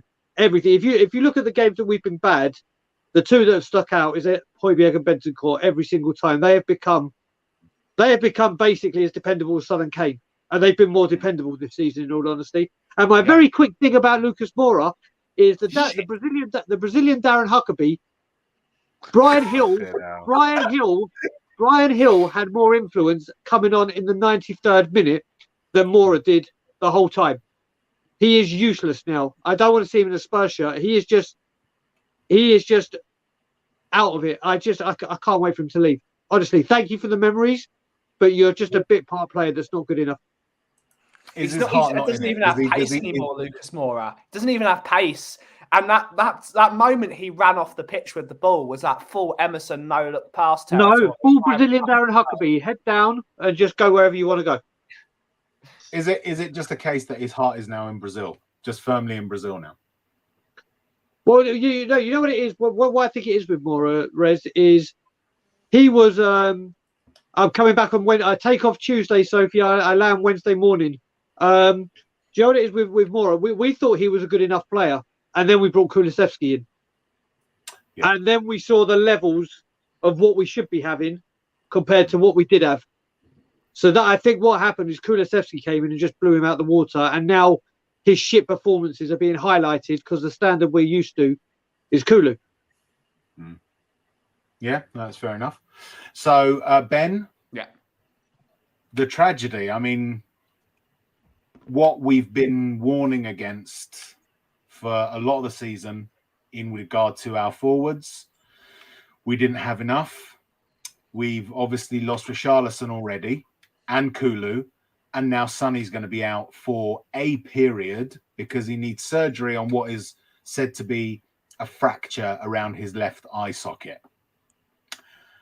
He wasn't on the pitch long, so was there enough time for him to really have any kind of impact before that atrocious shoulder? All right, I think it's probably accidental, but he's left one on him. No, he's left one Do you think so? Do you think he did it on purpose? I don't know. How do you smash someone's eye socket with your shoulder? I don't know. Normally it's when, like, you know, one of them ones. Yeah, what he did to Mabbott is I still to this day I'm fuming about that because he changed his whole lifestyle, Mabbott's lifestyle, from that injury. I think he's still affected by his lifestyle, affected from it. But so normally when you leave a print on him, it's that way. But it was one of the ones where he's gone to header it, and as he's headed it, the guy's gone in as well, and he's hit his shoulder. So I don't know. I think it's unfair that he's getting this. The defender's getting the stick that he has. Yeah. And Iggy, you're right. And I watched your morning video, and cheers. Sorry. It looks like he will miss the World Cup. No, don't say that, man. He suffered a break to his zygomatic bone, which typically takes 6 weeks to recover. It's broken in 4. It's fractured in 4 places. How many weeks to the World Cup? 3. Can he not do it in 4 with a mask? Perhaps he might miss the opening game for South Korea. He's got to make. He's got to. There's no way they won't call him out. His first game is South Korea against Korea's first game was Uruguay on the 24th. So 3 weeks. He doesn't want to play against Bentancur, mate. No one wants to play against Bentancur. He's fucking phenomenal. Uruguay are going to win the World Cup. Yeah. I can see Sonny going out there. I can. I hope so. Maybe not participant, and maybe one. He's got to play a game. I can't. Iggy, see you know it. what it is, mate. One thing I'll say: 6 weeks. 6 weeks is when we've got our first game back. So maybe him missing the World Cup wouldn't be such a bad thing for Spurs. If selfishly, as Spurs fans' hat, yes. But how can you not want to see Son play for his country, man? You know how much it means to him and for the nation. Yeah. It's just like, I couldn't give a fuck personally. Iggy, I you're don't right. know, man. I want to see. I personally, I would love to see Son play. I think for him, it'll be, it's got like, listen. The look at the heat that's coming on Romero right now because of this club, and I know this one here has had a few things to say about that. And there's nothing wrong with that. I think they're all valid points. I just don't see how he would think to pull one over Conte and not play for Spurs so they can stay fit for Argentina. I don't know. I don't know, man. I just find we'll come to that in a. We'll get there. We'll get there in due course. Let Brian finish off with the players first. Yeah, come on. You're going to get a slap. You're going to get a slap when I come back, brother. All I will say is there's one player in the World Cup that we know that deserves to be there, and what he does for that country and what he promotes in that country, it's Heung-min Son. If there's any player that deserves to be there, the sponsors will push for that as well. The sponsors will massively get involved. I can't see it happening. That's a complicated break. I don't think he can possibly risk that. No. It's like Kane had the mask because it was a broken nose, basically. When it's your eye socket, you get a bang to that and loose bits of bone, you can blind him. You can blind him, exactly. Yeah. Exactly. He does. We started on Son. You also get Basuma because it was only 29 minutes before he came on. So how did you see Basuma? It was the rest of the team as well. It was very average in the first half. It took him a couple of minutes, but once he got going, I thought he was brilliant. He stopped anything Marseille had going forward. And most importantly, it added something for us when we wanted to build from the back. We know that Lloris can't distribute a ball, but one thing he could do was throw a ball to Basuma and he would get through 3 players quite easily. So I think he still needs a couple of months because I believe personally that he's got long COVID. That's what I've been telling everyone. That's what I think he's got, which is why he's the other night out the blocks. But once he gets going, he looks like a real player. He gets through players with ease. His control, his strength, his tenacity. And at the end of the game, he was running He was running all the way up and down the pitch. He was ready to go. Do you remember, Ben? We was talking. Like I said, at the end of the game, there was a close-up shot of him, and he looked absolutely fucked. And I thought to myself, this guy came on 10 minutes to go. Was it on your half hour? He only got like 50, 65, 70 minutes or so, and he looked absolutely shattered. And so when you said to me, I reckon he's got long COVID, I was like, I never actually thought about it like that. Maybe there's truth in that for sure. It happens. It happens. I don't know the full medical story behind it, but from someone that's had both COVID and glandular fever, it takes it out of you. And he's not vaccinated, is he? No. We know for a fact that he did have COVID. Yeah. Right? That we know. So the idea that it could be long COVID is not out of the question. Out there, yeah. You know? And that shit can finally for months. Yeah. So finally, we come to the man. We come to Kane. We'll throw it open to everyone. Give it to Brian, Rez. Give it to Brian. Fuck it. Right. Let me just say, Kane's dancing is shocking. Stop there, because I'm transferring your slap to an uppercut to Nick because he's getting way above his station, and I may do it live at the watch along. Kane's dancing. No, Brian. What he wants to know is Kane's dancing, and singing singing. Oh my god, mate! He looked like when I was on fucking coke. Jesus Christ, that man was off his tits. Bloody hell! I got flashbacks beyond what I was like, mate. And I tell you one thing: is dancing needs to improve. But Harry Kane, lip syncing to whatever brand of music that was. I have no idea. He's no Mars singer. Let's put it that way. Mate, listen, I don't even think people were saying he had a great game. I don't think he did. I don't think he did. His hold-up play, he held a line. He was by himself. One Son he was from when Son, but yes, his pass for that, but there were some passes that were off again. Look, holding the ball up is fine and all and well, but those chances that he had, 10 times out of 10 last season, they're in the back of the net. They're in the back of the net. Brian, have you taken into fact how many games the guy's played, not missing a single minute? Look at Pierre 3 games a week for the last. Yeah. But in fact, Højbjerg deserves all the praises that he gets. These guys are machines, man. These guys are with Højbjerg, Kane. They are playing ridiculous amount of games, minutes. It's unheard of to play so many games, and this guy's doing it with very little support. Very little support for now. That I don't dispute. In the league, he's been fantastic. Just in these games, when the big games come up and you need him to come through, if it hadn't been for Højbjerg in that last minute, we would have been second. Not saying how that many chances you recall? Do you remember us setting him up for scoring? That one that came off the goalkeeper and then he knocked it off himself. Or the one perhaps that he could have taken a little bit early before he got slide tackled. That perhaps you can argue there. But you know what? It's like I said, he picks up the ball inside his own half. He covers some. I'll be interested to know how much ground he covers every match, because honestly, his physical and energy levels are unreal. Yeah, of course, you'd like to see him a little bit closer to goal, but for the reasons I said, man, you got the other end, you're defending outside the box. It's impossible to have a striker outside the opposition box with 60, 70 yards in between them. So definitely something I want us to work on.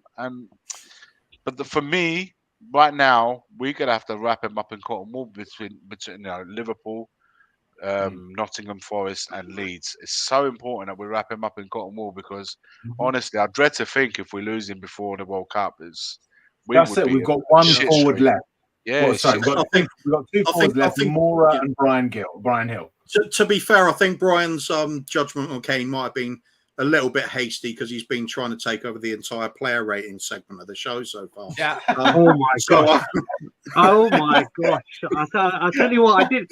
I came up for half an hour to be with friends. Are they going to turn up at something? Anyway, so. Don't do that. Come on. You lot are savage, man. Savage. Nick. Savage. Warm up that hand. Warm it up. Well, mate, I need to start warming the fingers up. I do need to go now. So I'm just to do my normal thing. And just remember, if you have you do finger exercises like me, and you do need to moisturize these hands do not worry. Hanukkah and Christmas are coming. Get your stocking fillers in, because as I said, Google's dead. Long live Molten Brown. And as always, Levy out. I was going to take him out before he said it, and I thought, no, I can't do that. He'll go. No, mate, seriously. Don't. Yeah.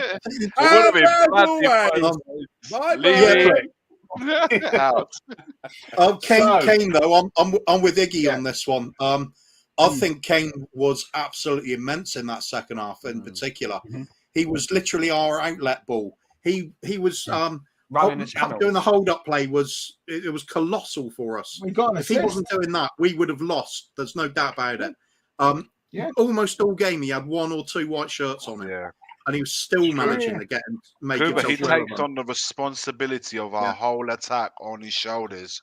Because we are so no pun intended, but we are so shy, in his support and giving him the support to sustain him.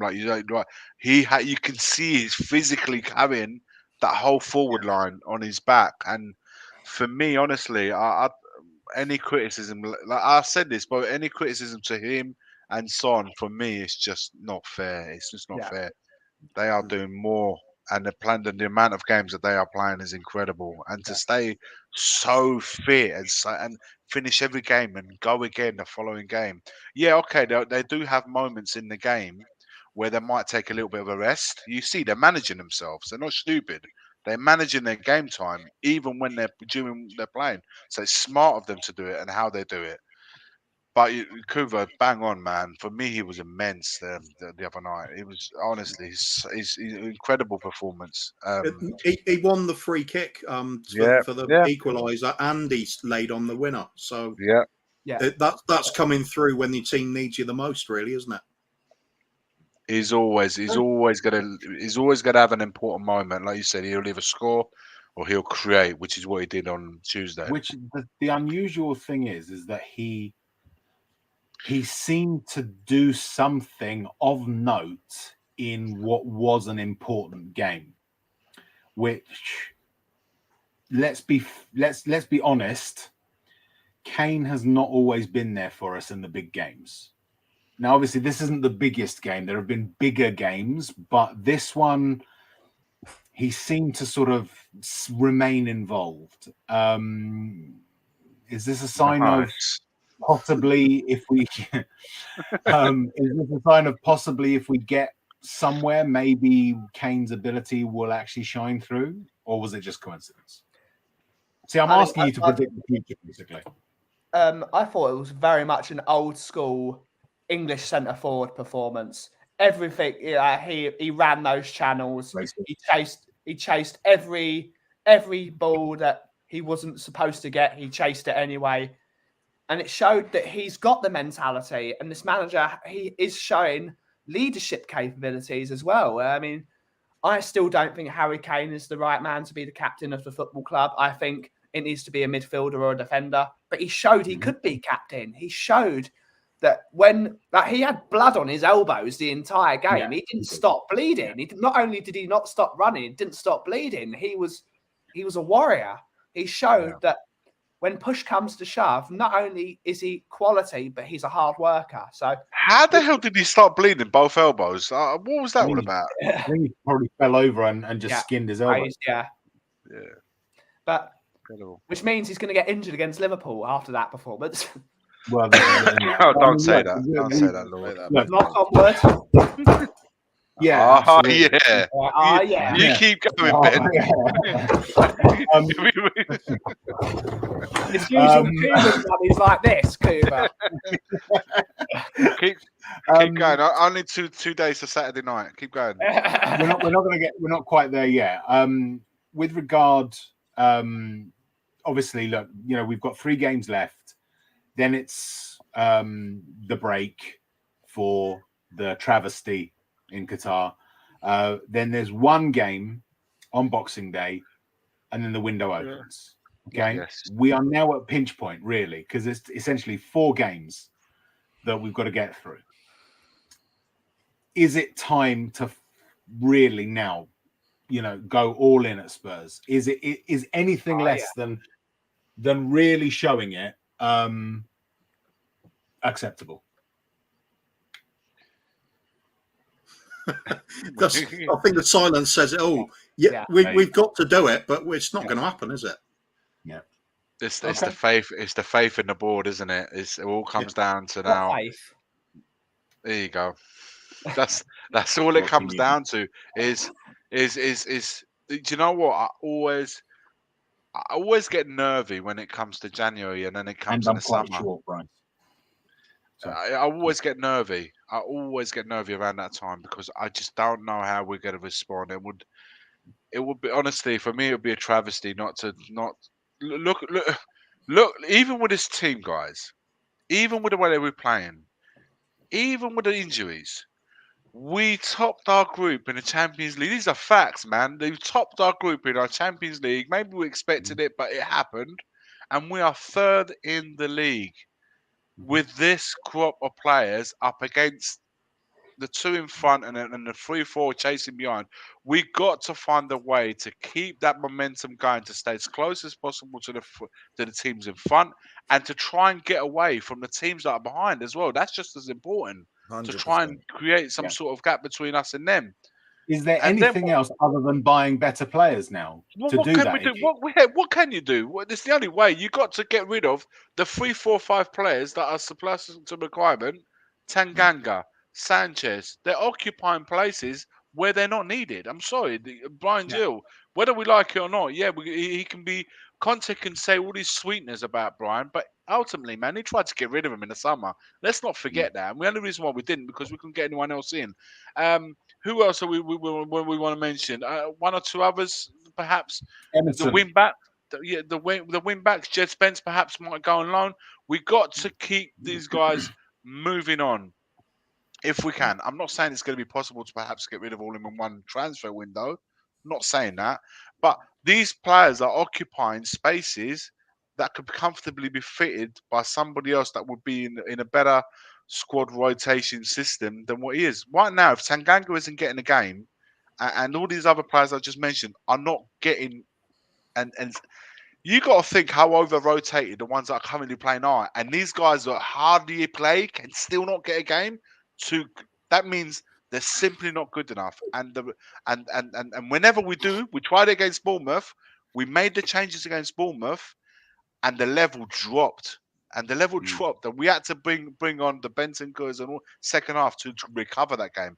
And that's only because that was a poor Bournemouth side. Because if that had been an half-decent team, we wouldn't have recovered. We would have been. So we wouldn't have recovered it. We might have got a draw at best, but no way we would have gone on to win that. I'm sorry, and that's where I'm at with it. And we need to do something in this. But this is the problem. We know, you know, the guys in the chat know, the viewers know. Fucking bored. Do you know, or are you all right just to let it go? As I don't know. I always worry. Like I said, I always worry this time of year. You're right again, especially with the injuries as well. We need to, we could be more in the World Cup, Nick. Could be more.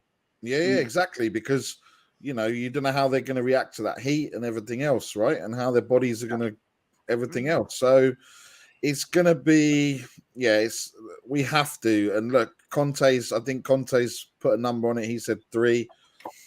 How many slide digs has he been dropping in the last few weeks? Oh my God! How many slide digs has he been dropping? Massively, not bad slide digs. They're like slide digs to say, guys, hey, come on, January's coming. Look, because I think, look, when obviously it's a year and a day, right, since Conte arrived. At the start, he was kind of. We thought, when we go and win, lose, and he was kind of losing. He was losing his marbles a little bit in terms of. This is this and this is that, and the club said you need to rein it in a little bit. He's gone like, okay, I'll rein it in a bit, but he's got clever about what he's saying. These players aren't good enough. This is this. We need reinforcements. We need saying it in the right way. So he says all the time. I've spoken to Daniel. I've spoken to Palatitude. They know what I want. They know my thoughts. I've spoken to them in the meeting. They know exactly what I want and what I think and this and the other. As if to say, I've told them everything there is to know. It's up to now. If it doesn't get done, it's on them.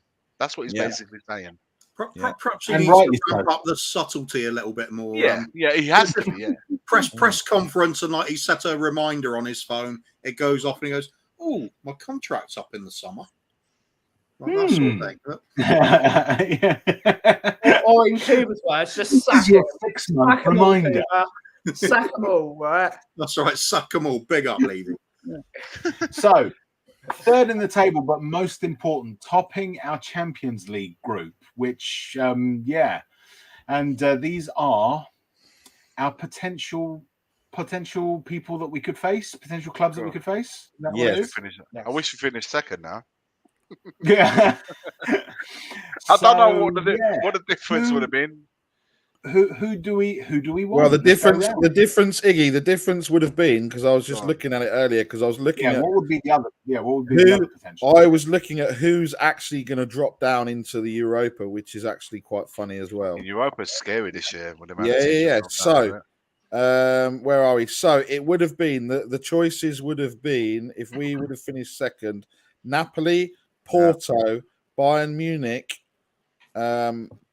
Not Chelsea, Real Madrid, obviously not Man City. So it probably would have been harder because Man City and Chelsea top their group, which means there's less to choose from. Benfica as well. So Benfica, but it would have been Benfica, Real Madrid, Bayern Munich, Porto, or Napoli.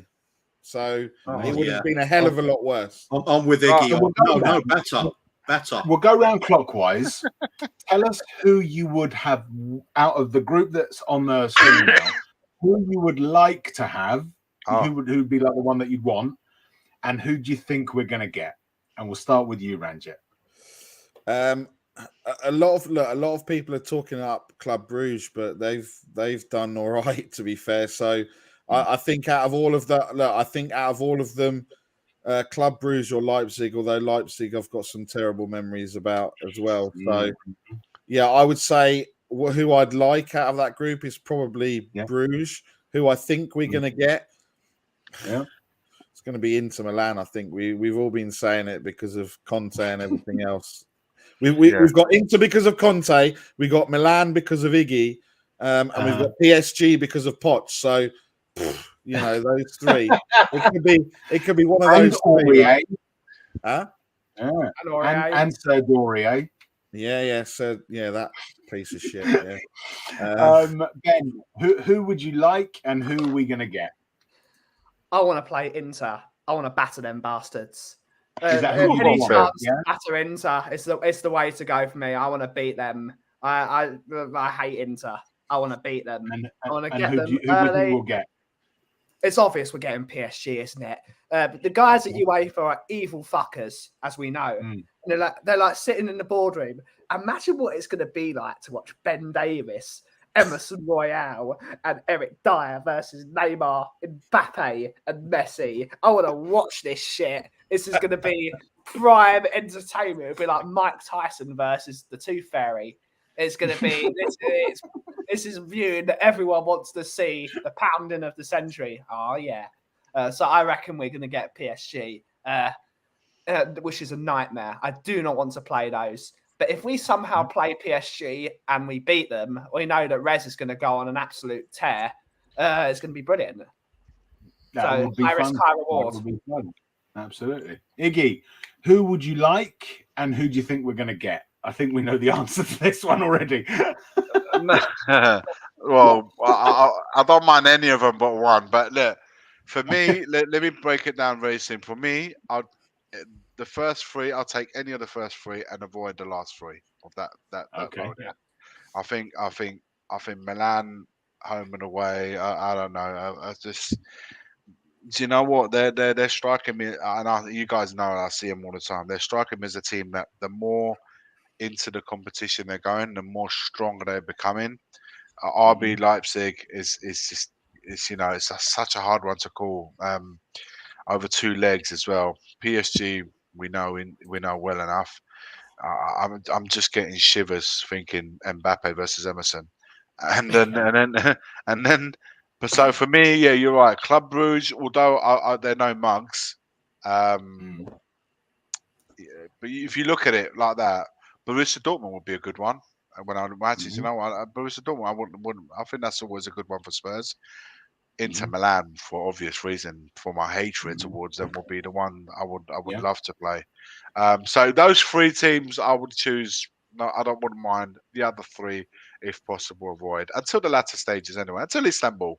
Milan can wait till. Who do you think we're going to get? Nick's got the telltale book, so we don't have to worry about getting rooms. He's already covered it. No, who do you think we're going to get? Who do I think?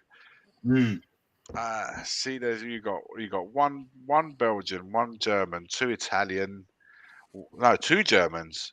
So the odds, and one French. It could be Germany or Italy here. Because it could be Germany or Italy. So I want Inter, but I think we're gonna get Dortmund. That's okay. It. Other question. There's some questions from the audience. Iggy's thoughts on us getting AC Milan, maybe, and who would he support? And also, Iggy, if we draw AC Milan, I did answer because I saw that question. Iggy answered. Yeah, I did answer early on. Answer it again. Okay, look. At the San Siro, home team over there. At White Lane, home team over there. That's as fair as I can put it.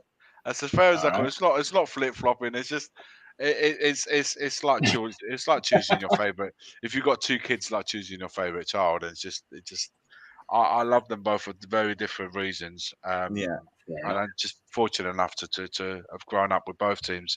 He has splinters. Listen to this. I can't. The thing is, if I don't answer it, I'm swerving it. If I answer it, I've got splinters. So I can't win.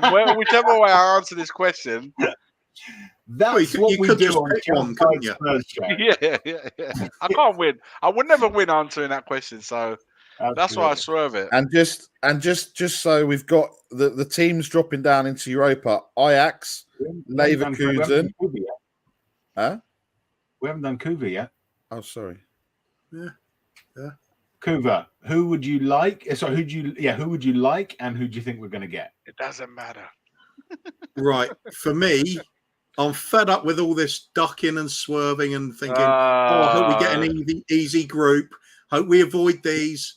I say bring on PSG. I knew you was going to say that, man. PSG.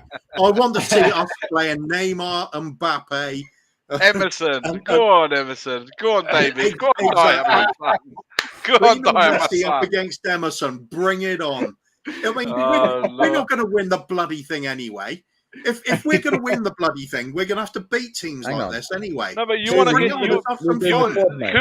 get yourself stronger. The more the competition goes, I want to get these guys in the quarters, in the semis, straight away. No hiding away. Wear your bollocks out, wear them big and proud. Bring on the biggest teams. Take it to them. If we go out in a blaze of glory, damn right, take it to them. Who do you think we're going to get in that case? Oh, no, probably Club Brugge.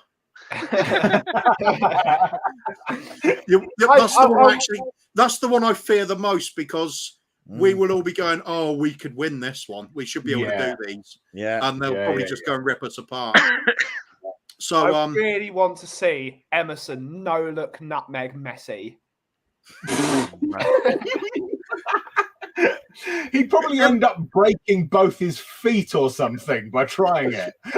Emerson can't do a no-look. It's just going to be no-see Messi, no-see Mbappe, no-see Neymar.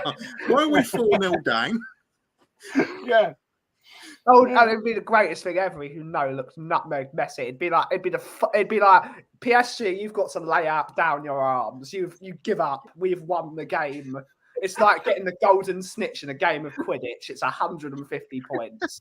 We have won.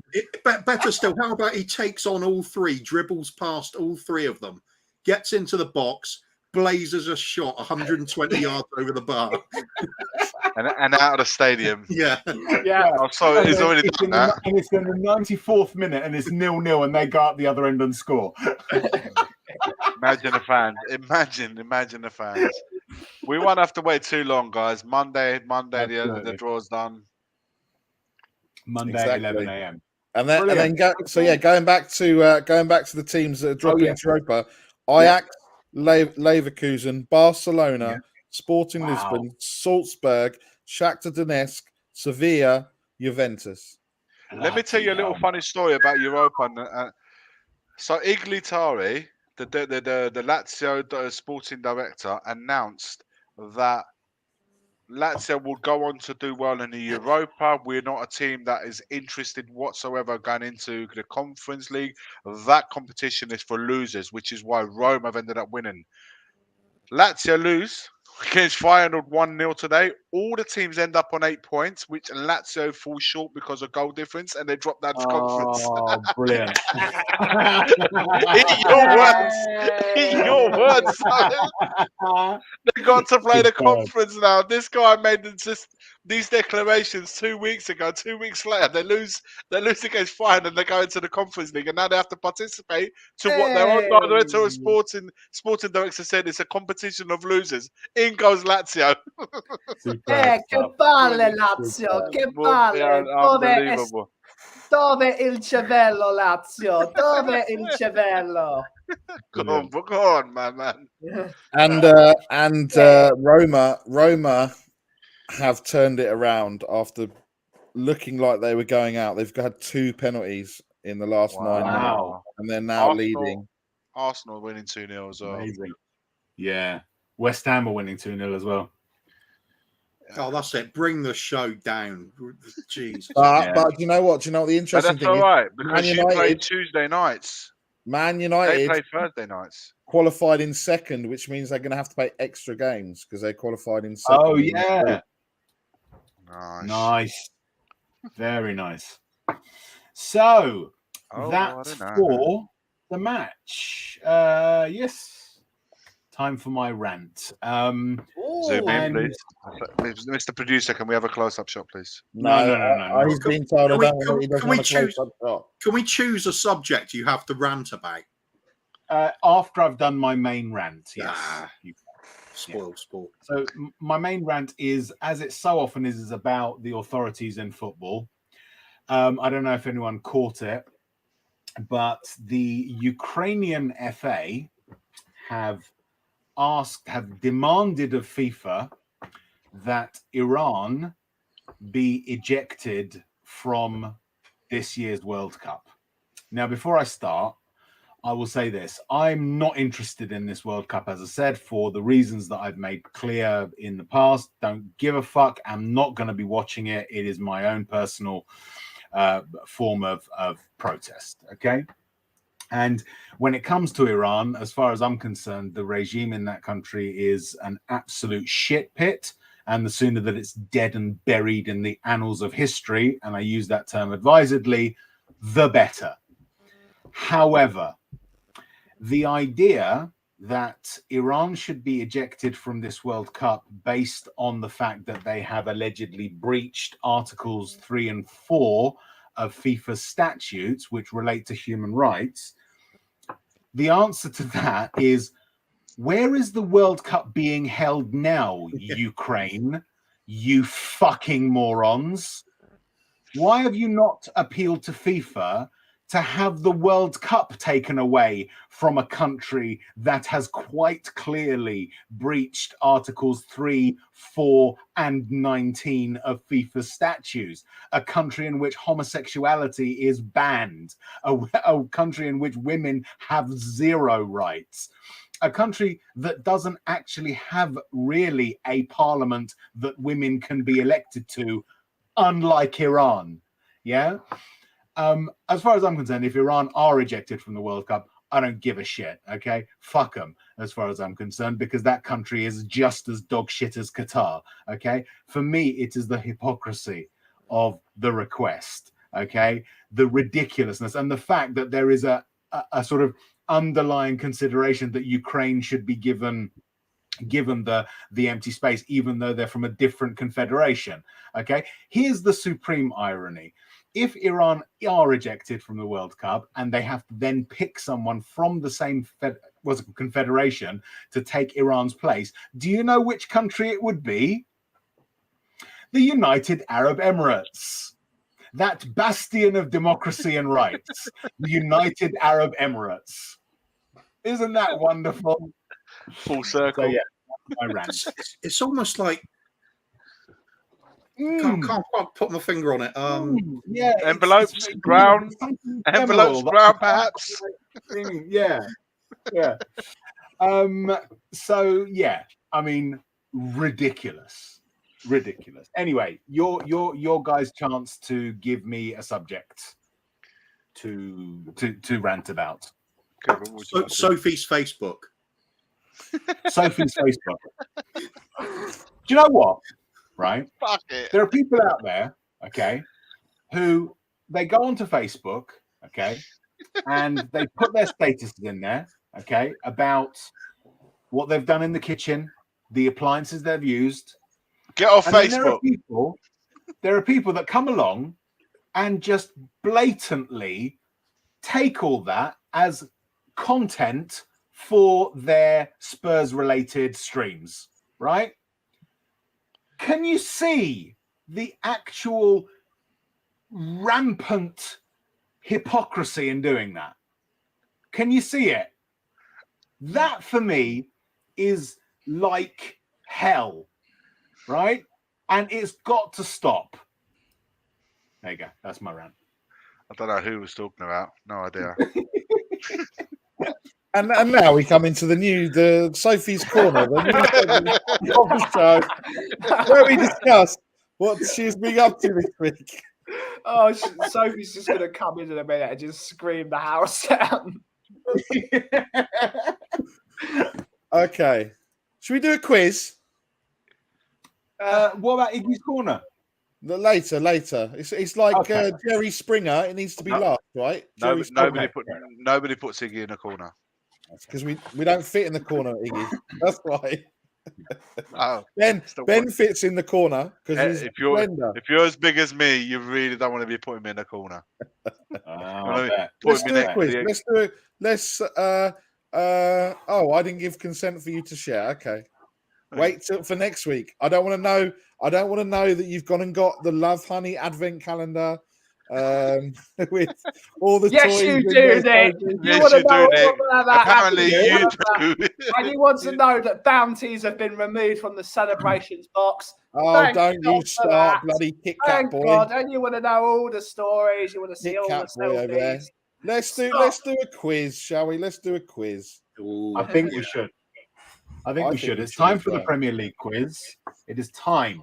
I'll give you control now, Rez. Yeah, I'll give you control. Thanking you, much appreciated. Obviously, you know the answers, so you would win under normal circumstances. So, people in the chat, if you can give us a funny answer, there are 40 billion points on offer, right?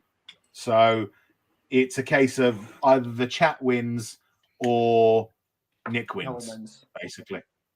That's the way it works here on Shelfside Spurs. Sorry about that. Right, so, you got control, Rez. I'm taking my hands off. Thank you very much. Question numero 1. Which Spurs striker was named as the Football Writers Player of the Year at the end of the Premier League's 1994-95 season?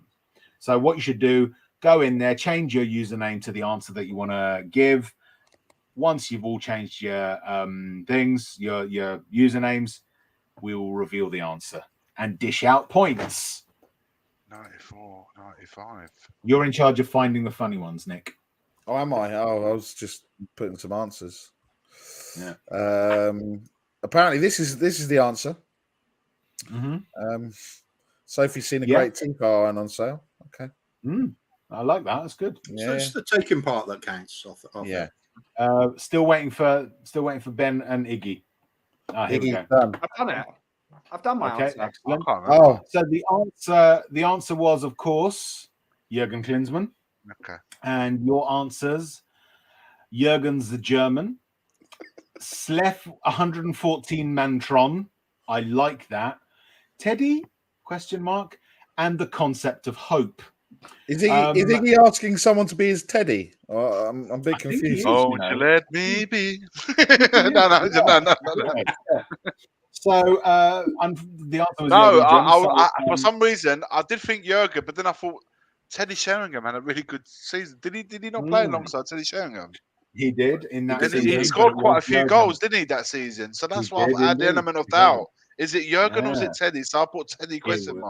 Yeah, it was in fact Jurgen. So Nick gets the point.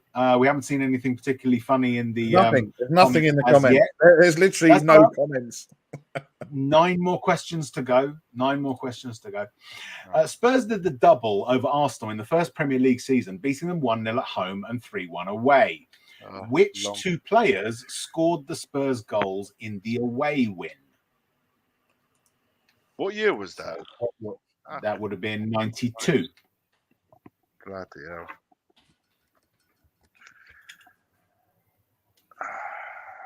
We'll give you a point for each. So if you get one of them right, you get a point. 92.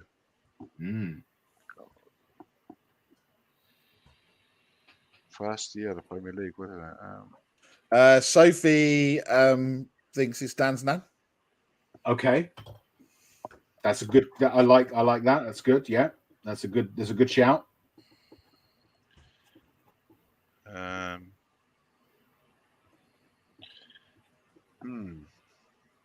1992. Welsh Jit last week in answer to one of the questions put Gandhi, which got her 40 billion points. Yeah. So that's the sort of thing we're looking at here, guys. Yeah. Correct answers are unlikely to get you any points. Yeah. Not the panel, the chat. Chat. Yeah. 10 inches saying to Sophie, get my bird's name out your mouth. Right, you all ready? Yeah. Hang on a sec. Just doing it now. Yeah, it takes a while for the Google search to come up, doesn't it? Yeah, it does. especially when you've defaulted to the AC Milan homepage. Yeah. So the answer that we are looking for is Teddy Sheringham and John Hendry. So you have each put Sooty and Sweep, which is obviously incorrect. Paul Stewart and Paul Stewart 114. That's wrong. Floodlight Failure is wrong. And Scottish Powerhouse Peter Drury, which is also wrong as well. So none of you scored at all. That was terrible. Okay. You guys should be ashamed of yourselves. Hayden thinks it's Ranjit and Coover. That's a good answer. I like that one. Welcome, Hayden, as well. Or Bryce. Yeah, it could be. Could be. Yeah, absolutely. So Phil, baby, the answer basically, Nick wrote the questions and the answers, right? So he actually knows them. So essentially, unless he deliberately gives bad answers, he'll win the quiz. Unless someone in the chat comes up with a hilarious answer to one of the questions that I particularly personally love, and then they have the chance to win it. The panelists aren't going to win. They're going to all lose, unfortunately. Although I'm sticking to my guns from the last time and predict the question before it comes up. Before it comes up, yeah, that's helpful. That's a good one. That was a good one. Yeah. So the concept. So in answer to this question, Spurs did the double over Arsenal in the first Premier League season, beating them 1-0 at home and 3-1 away. Which two players scored the Spurs goals in the away win? Your answer is the concept of hope, which is what you put for the last answer. Absolutely. That's fine. That's good. So question numero 3. In the 2015-16 season, what was the answer? I missed it. Sorry, what was the answer? Teddy Sheringham and John Hendry. Oh, okay. Yeah. God, it's almost like you support Milan or something. Yeah. Very underwhelming. Yeah. In the 2015 because all you Spurs fans got that answer right. All of you lot did. You massive Spurs fans. Yeah. Diehards have been watching the Spurs since the 1960s. Nothing. Oh, yeah. Nothing. Exactly. Yeah. In the 2015-16 season, only one team did the double over Spurs. Which team was it? Fucking hell. The double over Spurs. 15-16.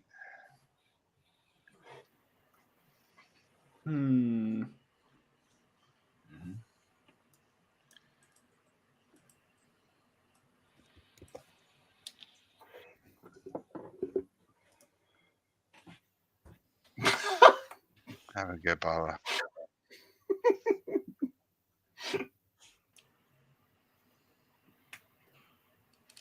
Already? Yeah.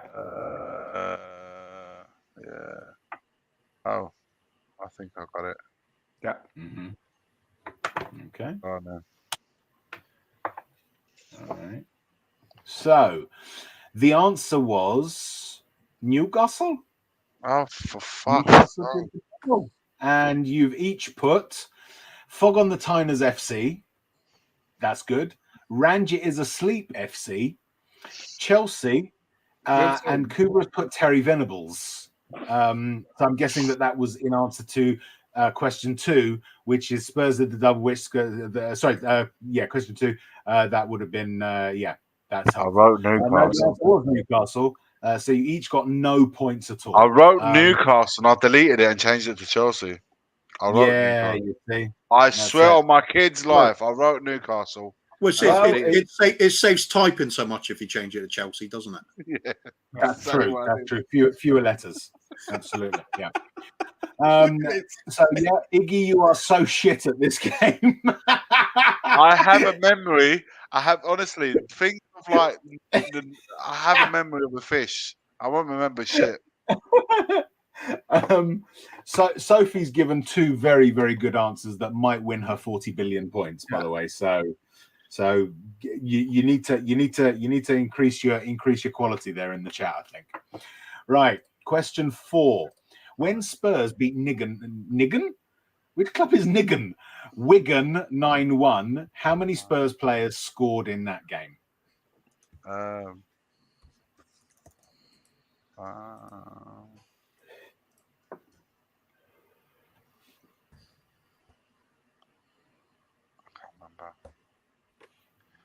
remember how many one player scored. By the way, guys, there have been 3 questions and 4 of you playing, so that's potentially 12 points. Do you know how many points as a panel you've scored? 0. 1. Okay. Wow, we are so fucking bad. I got the last 2 right. It's not quantity; it's quality. Yeah, that's true. That is true. I will concede that. Absolutely. Yeah. Yeah. Who the fuck? I'm just trying to think who fucking scored. Time is running out. Oh, it's also the pressure. Listen, it's high paced, this game. High octane. Absolutely. It's full on maximum energy. All right.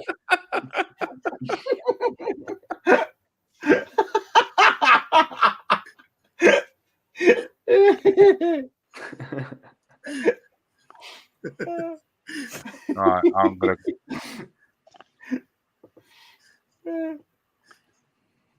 Right. Oh, fuck it. I'm gonna go with this. Okay. All right. So, how many players scored in Spurs' 9-1 win over Wigan? The answer is 5. And you've put 114 for Nick. So that's excellent because that's very, very accurate. That's very accurate. It's almost like saying 200, very, very good.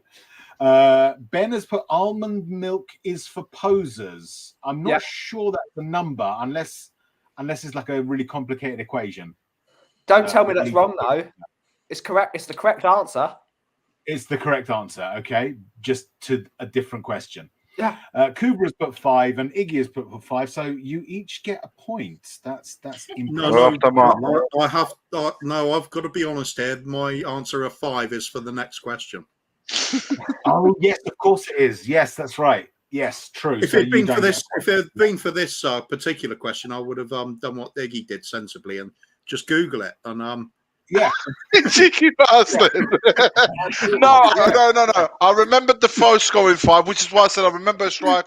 I remember the one getting 5, Defoe. I didn't say his name, but I remember Crouchy scoring. I remember Kreinska scoring right at the end. No, bollocks. Nothing. I remember Kreinska scored right at the end. And I couldn't, who I couldn't remember? If Crouchy scored. Did Crouchy score that game? No. No, because he was drinking. Who was the other one? Lennon. No, I think it was what's his face. Cruncher scored at the end. Was it Lennon? Maybe Lennon. Anyway, probably. Anyway. Can I go now? Go on Google and check. We'll go Google it after the quiz. Question 5: Who was Spurs' opponent? Bentley. Bentley was the other one. Who were Spurs' opponents in Glenn Hoddle's first Premier League game in charge? God, he was given loads of money to spend that year. Yeah.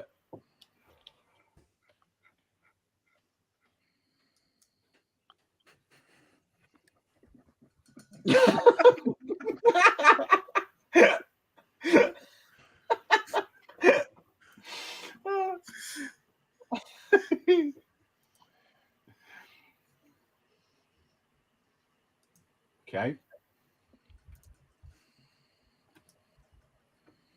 Have we all done our answers?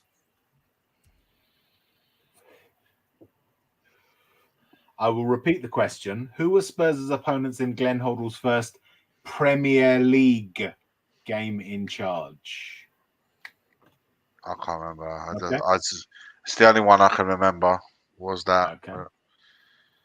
So the answer is Bradford City. And you've each put down Bradford Motherpuckers. As a little nod to Sanjay there. Accrington Stanley Sleff. Yeah, that's a good one too. Southampton and the Scum. Iggy, you're actually correct. It was his first game in charge was the Scum, but that was an FA Cup semi-final. Okay. For some reason, Arsenal came to my head. I remember. Yeah. I watched that game surrounded by Scum. League. I watched that game surrounded by Scum. My mate Eileen and her mates. Yes, I can see that. I think you were in there too. Not gonna say anything about that one. It's Rez's favourite party, that one. So, what team did Spurs play in the Premier League match following the 1999 Worthington Cup final against Leicester City? I can't remember what I had for dinner last night, let alone half of these. This is what I'm saying. This is like 23 years ago this happened. But you should remember, Iggy, because it's not like we've won loads since. Yeah, but you're not talking to me about following the final. It doesn't. No, Nick. It's not who we played in the final. It's who we played the week after. Yeah. When we won that cup, I couldn't give a shit who we played for the next 4 weeks. We're celebrating the fucking cup. Just think, Iggy. Just think about it. Yeah, go on. Think about it. And I've got 19 teams to think of. Not 21. Yeah. Not 21. Well, come on, you remember 9/11? Don't you remember who was playing the match the night before? Fucking hell, you're rambling.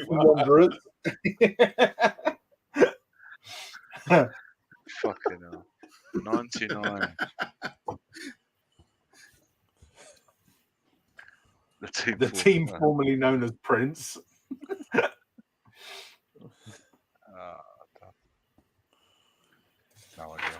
No idea. Fucking hell. Okay, are we all done? Are we all ready? Wait. Just wait. Ben's Googling. Wait. Yeah. Okay. The answer is we played them again. Yeah, I can't believe it. You're such a liar, Iggy. You looked at the comments. You're such a cheat. No. Come on. I cannot even see the comments. I haven't got the comments up. I've got the screen fully blown up. So Nick said Leicester City, so he gets a point for that one. I swear I did not even look at the team. Ben, and how do I know that's the right answer anyway? How do I know that's the right answer? Because 10-inch and Andrew Gregory put it in the comments. Well, that's all right. That must be the right answer then, because them two said it. Yeah. 10-inch said it, and Andrew Gregory said it. Ben has put anyone who streams on Thursday night smells. You mean anyone else who streams on Thursday night? Excuse me, Mr. Rez. Can you bring that last comment up, please? Yes, and very shortly. Can you please, the card against humanity that we played the other night, could you tell this young person, I don't know who this unknown is, you don't win anything, right? Do you want to bring that card game we played the other night? How badly I did. I was joint winner with other two, but I was joint winner. So when you say I don't win anything, she's in the same room as you know. It's factually incorrect. I don't know who this Sophie is. I have no idea. Sophie's just over there for Iggy. Love and hope photo. So your reply is to basically say you tied then, was it? Well, Ben managed to recover right at the end. So he was with half of the night he couldn't get one, and then he just went on to a row and just kind of. And Kim, you can't beat Kim, man. You can only maximum equal with her. I also got the most offensive card combination of the evening. Yeah, he went to some serious dark places. He went to dark places to get those points. I'll tell you that one. Yeah. A bit like Alan. A bit like Alan Sibley. Alan Sibley goes to dark places to get things. No, you don't want to get into the darker places with Alan Sibley about. Fucking hell. Yeah, man, tell me about it. Dan's nan will tell you. Yeah, Dan's lawyer's telling you in the comments. Yeah, she's still feeling the effects. So for Ben's answer, he gets an extra 4 points. Nick gets a point, and so does Iggy. He gets a point as well. Very good, excellent stuff. Close with my previous answer of Southampton. You were close, but but not quite enough, I'm afraid. So, question 7. Which club did Bobby Zamora sign for Spurs from in 2003/4? What a shit player that was.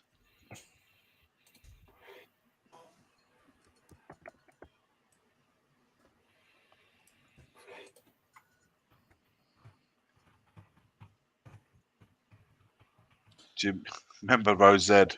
Bobby Zamora, Rosed. Yeah.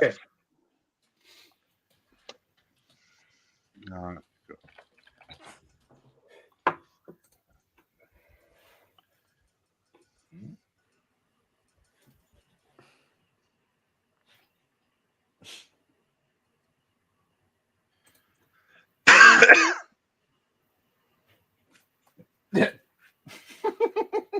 like that.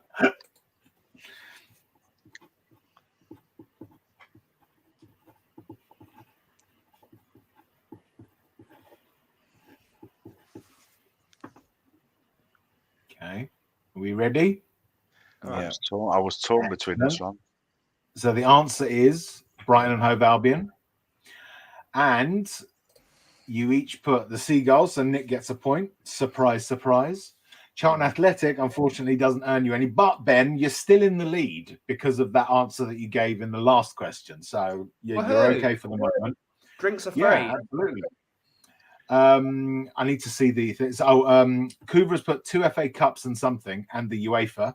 And Iggy has put Seagull, so he gets a point as well. Very good. Excellent stuff. I like it. I was going to put West Ham down. I remember, I'm sure he joined them afterwards. No, not quite. Not quite. So, Luton Working Men's. Just Luton Working Men. Okay. Question 8. Who scored a hat-trick in the 4-0 away win over Sunderland in the 1996-1997 season? Fucking hell. 96-97.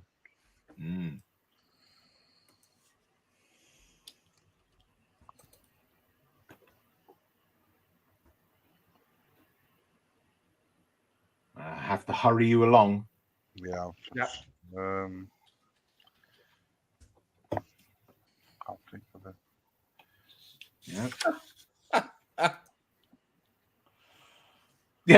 Yeah. Okay. So the answer is the man himself, Stefan Everson. Really? Yes, apparently so. The Viking 1.0, Stefan Everson. So Nick gets a point. Louis Saha, which is a great shout, but wrong. And Teddy, which is also wrong. And only SSSS streams on Thursday nights, dicks. So that's worth 8 points for Ben, which I quite like. Yeah. So we're not having a go another channel that's running at the same time. We wouldn't be unconsiderate or inconsiderate of another fellow Spurs streamer's channel. All I'm saying is, Henry Wright tried it, didn't do it again. Irish tried it, didn't do it again. So you know, the ones tonight, there's a lesson. Maybe you won't do it again. There's a lesson there, I think, for people. Yeah, absolutely. He's like, oh my God. So, question 9. Who were the opponents for Martin Jol's first game in charge of Spurs during the 2004-2005 season? Opponents for Martin Jol's. I think I remember this. I think I was there. I remember Martin Jol's first game. I think Bob's got the right answer. I love the fact that Iggy's talking to try and delay. He's using my tactics, talking, delay, using Google, asking someone to send him the answer, and then types it in. No. I think I was there. It was at home. It was a home game. I'm sure it was a home game. Okay. Was it at home? Was it at the Lane? Because if it was, I remember being there. You've only got a few seconds left, Iggy. I'm struggling to remember if it was at home. Because if it was it a home game? That's brilliant, Stuart. Even though it had absolutely no relevance to the question, I think I'm going to put that down as a possible winning answer. That's really good, Stuart. Really good. You all done? Okay. So the answer is that Martin Jol's first game in charge of Spurs was against Burnley. No, I wasn't there. Nick has surprisingly, I mean, I'm shocked at this, surprisingly got the answer right. Ben has put Cut Your Cock Off FC, which is a bit disturbing, I have to say. Iggy has put Everton, unfortunately that's not right. And VAR said, nah. Yeah, for that, I'm going to give Coover 2 points because he knows how much I love VAR. And finally, we come to question 10. Who was the referee at Old Trafford who didn't spot the ball crossing the line in the 2004-05 season? Now, this man has a name that lends itself very well to a word that we can use because we're past the 10-minute mark. And I will use it when I read his name out. Okay. There's a little clue there for everyone. Yeah, I think I got it.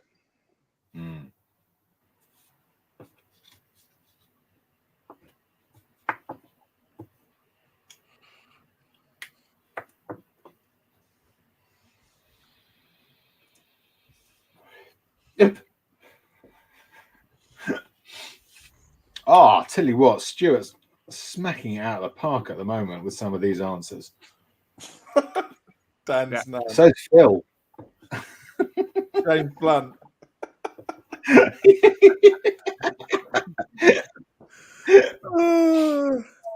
Sophie, you've got something to tell Iggy. You've just done a Donald Trump. Okay.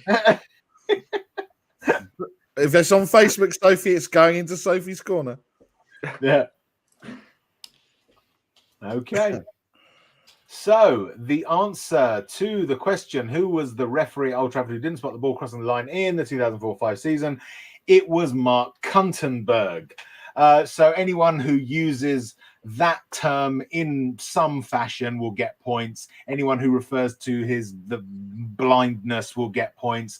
So Battenberg, unfortunately, doesn't get you any points, Nick. Fucking Mark Clattenburg. Yeah, absolutely. Iggy, a total and utter cunt. Yeah, absolutely. And Ray Cunt Charles. Yeah, Iggy, Kuva, you can have points. I think Ben gets 10 points. Kuva gets 10 points. Iggy gets 10 points. I'll give you 2 points because I like Battenberg cake, Nick. So you can have 2 for that one. Thanks. There we go. And in the chat, anyone who says cunt, Stevie Wonder, a blind fucker, James Blunt, Mike Hunt, Mr. Magoo, anything that refers to that, you will get millions of points as well. So fantastic. Big up to Nan THFC. Big up. Big Dan's now, absolutely. Back 'em all. Big up, Levy. Great photo of her as well. Excellent. Excellent Good. stuff. Classy bird. Okie doke. Right. So the final scores are as follows. Okay. In 5th place is Nick with 8 points. Rubbish. Shocking. In 4th place is Kuva with 12 points. Fixed. In 3rd place is Iggy with 13 points. Very close between those two. In 2nd place is Ben with 23 points. And in 1st position is anyone in the chat who used the term cunt or blind to refer to Mark Clattenburg, plus all the lovely other answers we got with 40 billion trillion points. So big up to the audience. Round of applause, please, gentlemen. Round of applause for the audience who came first in the quiz.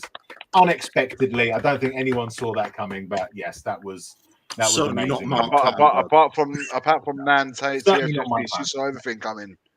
Oh, that's true. That's true. She did. She saw it all coming at her. Yes, absolutely.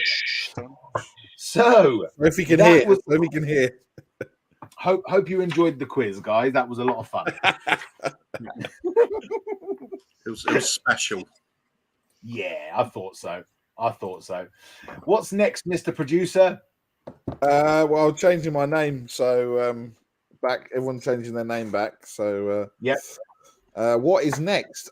Score predictions, I think. Oh yes. So are coming to White Hart Lane on Sunday, 4:30 kickoff. Guys, tell us what you think the score will be, and we'll start with Kuva first. This isn't part of the quiz. You can talk. Okay. Well, let's go on the theory that our backs are against the wall now. Injuries to key players looks really unlikely. Dr. Tottenham always turns up in these games when a team like Liverpool's struggling.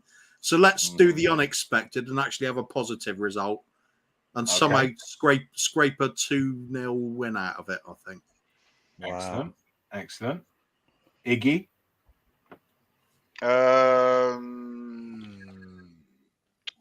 3-2 Spurs. 3-2 Spurs. Nice. Ben?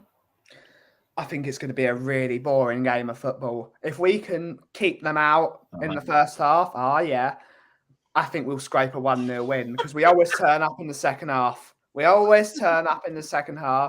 Big up Dan's Nan. And I like this. We kick up a 5:35. Yeah, we do. I think we're going to win 1-0. Yep. 1-0. And Ranjula? Well, I got the prediction right last week, so that means I'm going to be fucking wrong for the next 6 results or whatever it's going to be. Deliberately so you know what to predict. I think it's going to be. I'm going to say 3-1 Spurs. Okie doke. Excellent stuff. I'm going to go with my usual for this season, 4-1 Spurs. If you knew you was going to get your prediction, sorry, Rez. If you knew you was going to get your prediction wrong, why didn't you say 3-1 Liverpool? Not me, Nick said. Oh, him. Yeah. maybe playground, isn't it? Yeah. Just say 4-1 Liverpool. I'm going to get it wrong. 4-1 Liverpool. There you go. That's far too logical. It's far too logical for Chelsea Spurs show. So predicted lineups, guys. What are we going to say? I mean, I'm not even going to try and guess. The only one I could probably say for certain is Lloris in goal and Kane up front. What do we reckon, guys? I think we'll go in reverse order. Nick first. I think the decision will be is I think we want blah blah blah blah blah. You just had a Eugene moment. He had a Eugene. Someone clipped that. Somebody clipped that. That was a Eugene moment. Clip it. A what? A what? A what? Leave Eugene alone.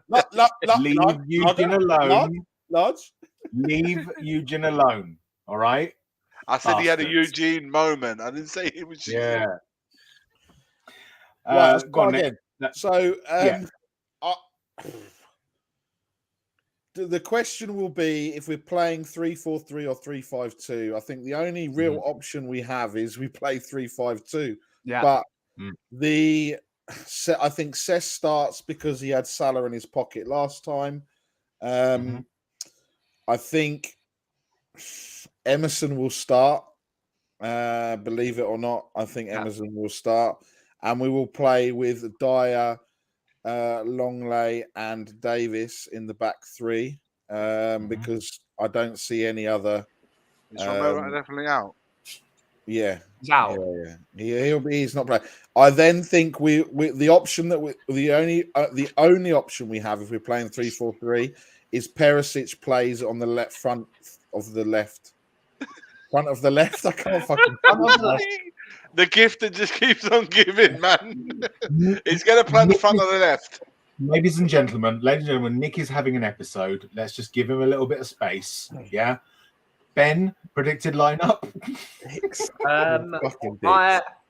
I've done this calculation, and we talked about this all on my stream this morning, and we came to the conclusion it's going to be the one in white.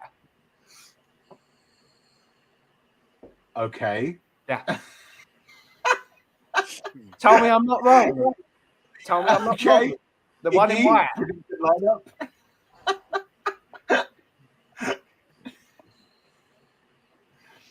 No comment. Iggy's having an episode as well, it seems. Do you guys need a couple of minutes? Is that what you need? I was thinking about my answer. We could play some songs or something in the meantime while you're waiting. Predicted lineups. Bit of pipe music or something. I think the back like three will be the same. Music. The goalkeeper will be the same. The back three will be the same. I think we'll play with Basuma, Bentancur, and Højbjerg in the middle of the park. I think Doherty Emerson. Do you know what? Emerson might actually take his place because he did a good job against Liverpool last season at their ground in particular. So I think Emerson's favourite over Doherty to play there.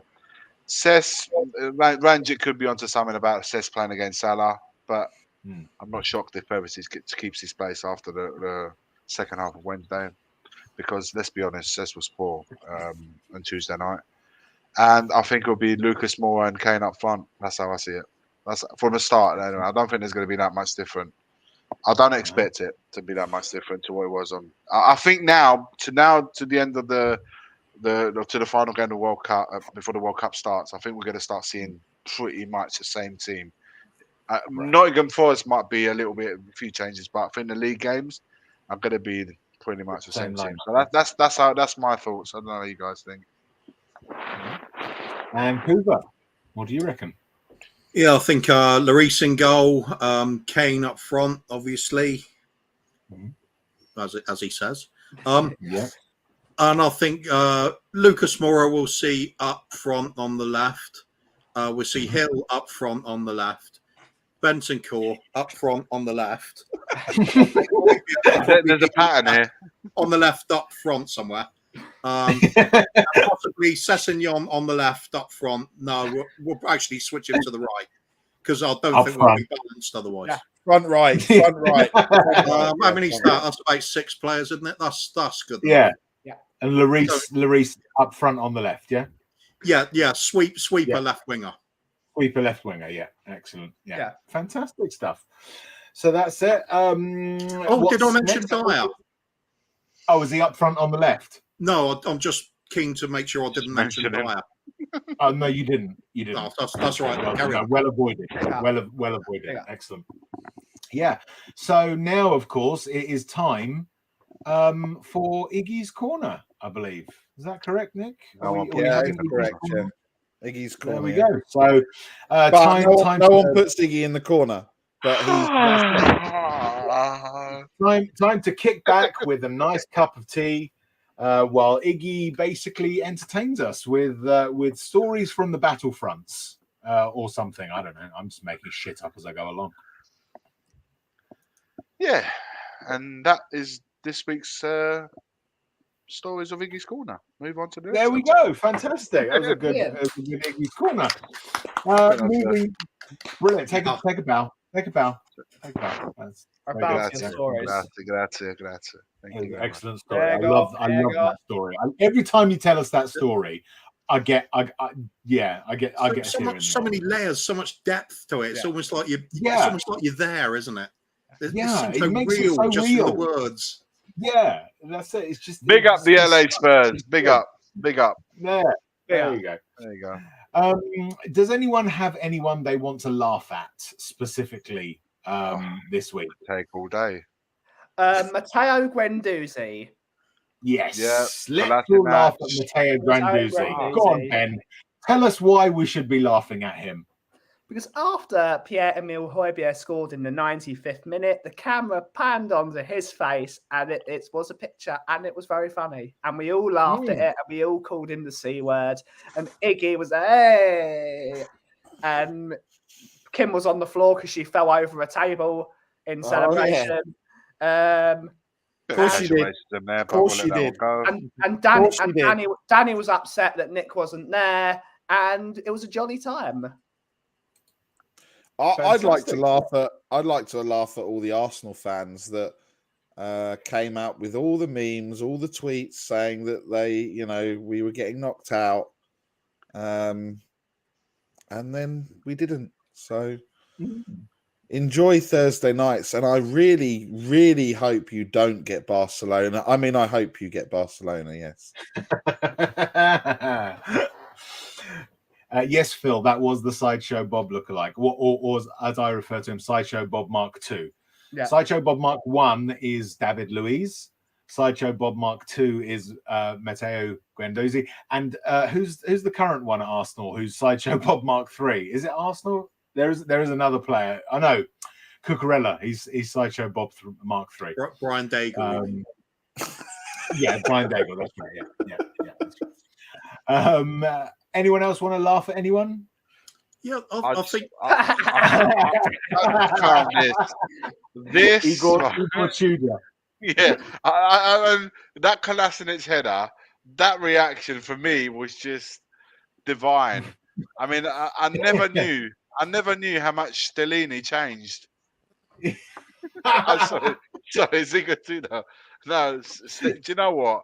A special mention to Stellini, man. That could not have been easy. One of Spurs' most important game of 2022, and he was there in charge, away from home, hostile crowd, no content near him, and he had to sort all that out by himself. I know he got massive help for sure, but he was the one that put his face, in front of the cameras. It's not easy for someone who's a number 2. I thought he done really, really well. Special mention to him. But that face, that Tudor, when Kolasinac, I mean, we all did that same. How the hell did he miss that? We did. And that epitomizes it all. But yeah, big up to Nan's Nan. Nan's Dan's Nan. Nan's Dan. Dan's Nan. Dan's Nan. It's me lagging now. I've gone into my lagging time. Yeah, I'm in the position where Nick's been for the last 3 hours or so. Yeah. And Kuva. Is there anyone who want to laugh? I think Stuart in the comments has just brought it up. Alexis Sanchez, you've got to have a level time for a little laugh at him, bigging it up about how it'll be good to put one over on us and not doing it and going out of Europe totally in the process. Yeah. Did he even score against Spurs in home or away? No. Once, I think. Did he score against us? Scored once against us, I think. No, but this time around, Marseille, I don't think he did. No, he didn't. He almost did. Oh. And the other obvious one to laugh at, for me, is Jimmy Carr, because why wouldn't you? He's funny. Yeah. Yes, it's true. It's true. I've been watching a bit of Stuart Lee and I've been laughing at him. He's been hilarious as well. Yeah. Right. So I think it's time. Is it time? Is it time, Nick, for the audience questions? Have we got to that point, do you think? Do you think right? There's 6 questions. There are 6. Okay. Yeah. All right. So bring them up and I'll read them and we'll just throw them out randomly. Question for the panel. Are you going to talk about flip-flop-trons? I think we'll go to Kuva first and then Ben on this one. I think they're the 2 experts. Are we going to talk about flip-flop-trons, Kuva? No. I think they speak for themselves. It's quite a loud sort of slapping sort of noise, isn't it? Just by their nature. I think just accept them, enjoy them for what they are, and just quietly move on. Yeah. I like that approach. I think it's a good one. I think it's a very good one. Ben, your thoughts on flip-flop-trons? Excellent. That's it. Succinct, I think. Absolutely. I think. Nick, flip-flop-trons? Any burning thoughts on those ones? No, I'd kind of want to talk about the next question, if I'm honest, because it's more appropriate for me rather than anyone else. So I don't really know who can judge, because I have more hair than the rest of you put together. So So a question for the panel. Talking of Turkey, who are better barbers, Italians or Turkish? And I think we need to go first to Nick and then to Iggy, if we're being honest. It's the Turkish guys, my brothers. They look after you. They give you a nice Turkish coffee. They Welsh? No, it wasn't Welsh. They are Welsh, yes. Don't start giving it the big one. Sounds a bit Welsh. Bit of casual racism there, Mr. Nick, but okay, we'll let that one go. We'll let that one go. Only if he uses the word boss. That's when it becomes racist. Boss. There you go. Was he Scottish? He could be. Iggy, who's better, Italian barbers or Turkish barbers? Couldn't really give a shit, to be honest with you. I'll be honest. If it was a restaurant, if it was a where do you eat better, then barbers. Barbers, I don't know Italian barbers. I know Turkish barbers. You might know Italian hairstylists, perhaps. But I've never heard of an Italian barber. So there's some. There's some near me. It's called Quinto and Mario. They're all Italian. Amazing. There you go. I'll tell you what. Any good? You're less likely. Likely to be ripped off. Turkish boys, though. You're less likely to be ripped off on a match day when you go to a restaurant if it's Italian than if it's Turkish around the Tottenham Hotspur Stadium. Don't start. Right? I'm getting going again. Don't start. Service charge. Service charge was ridiculous. That to me killed it. That was that killed it. Anyway, what's this? We got. I can only speak personally, but I think everyone had a similar experience. I got a kebab with some chips and 2 cans of Coke. Yeah. It cost £31 at a particular restaurant on the high road. £31, right? Plus, I couldn't believe it. Never going there again. Charge. Don't forget the service charge. Yeah, service charge, exactly. Yeah. Absolutely. As for the question, but Italian or Turkish barbers, wasn't it? Yeah. I think I'd have to go with Italian because I always like it. He sat in the chair there and he's leaning over and he's going, "No worries, me not to hurt in your Babylon." Yes, yeah. Is he Nigerian? I like the authentic Neapolitan accent. That was yeah. I went to Naples in September and everyone talked like that. Yeah, when I was there. They do. Nepal, did you say? That was spot on. Yeah. Sorry. Was it Nepal? Did you say? Yeah, it was just Napoli. Napoli, yeah. Naples, said Nepal. No, not Nepal. No, Naples. Ben, any thoughts on Turkish or Italian barbers? We're past that, Nick. Yeah. We're not laughing at anyone. I visit a guy called Will Fox, and he's pretty damn decent, and it's only £12. Is he Italian or Turkish? No, but he supports Tottenham, so he's better. Yeah, that's not the question here. We're not on football at the moment. Just I don't know an Italian barber, so I wouldn't know. So it clearly that's not good enough, Ben. They're stylists. Not good enough. Barbers, they're stylists. They're artists. They're masters of their craft, and I'm disappointed. Disappointed. I love how my Italian barber gives me a perma as opposed to a semi. Hey! Oh yeah! Free pump up show for the wankety wank. Yeah. Every show's a pre-match pump up for wankety wank. Yeah, isn't it? Well, I don't know, Rez. You're gonna have to answer this one. How could the question be for me? Did you know Rez put pineapple in the rice pudding? Rez, I did not know that you put pineapple in the rice pudding. I didn't know that I put pineapple in the rice pudding. But pineapple could go into a rice pudding because it's a fruit and it's a pudding. It's not a savoury, circular main meal. Rez, you are absolutely correct on that one, Nick. The only slight issue with putting pineapple, if you try to cook it, would it be release a lot of water? You could put chunks of pineapple on the rice pudding after it's been cooked, however. That's a good call. Let's be honest, right? And this is not. It's not me. It's not. No, don't take this offensively, all right? But English people and cuisine should not go together ever. Oh, okay. And he's just proven an example of that. He's a living example of why that. Yeah. Jesus Christ! I said what I had to say. That's enough. What I can say to you, it's that usual term. I told my Italians. I was told Malpensa is not Milano. Yeah, it's the same thing. The only fruit that goes on a pizza is a tomato. End of. Fair enough. Not even coming from me. Where did Italy actually get these recipes from, though? Because it wasn't from Italy originally, was it? It's like the Middle East and the Far East, pasta and pizzas. That's right. Bear in mind, like anything, we take it from you and we just make it a lot better. A bit like football. Bear in mind, we are talking about rice pudding here, not pizza. He's questioning our team now, lads. There you go. Hold me back, someone. Hold me back. Brazil did it. You invent it, we make it better. Rage, cars, fashion, food. Women, Nick. It just keeps going. It keeps going. Did you say women? You married someone from Greece. Yeah, Greece and Italy. Oh shit! I'm not saying nothing to that.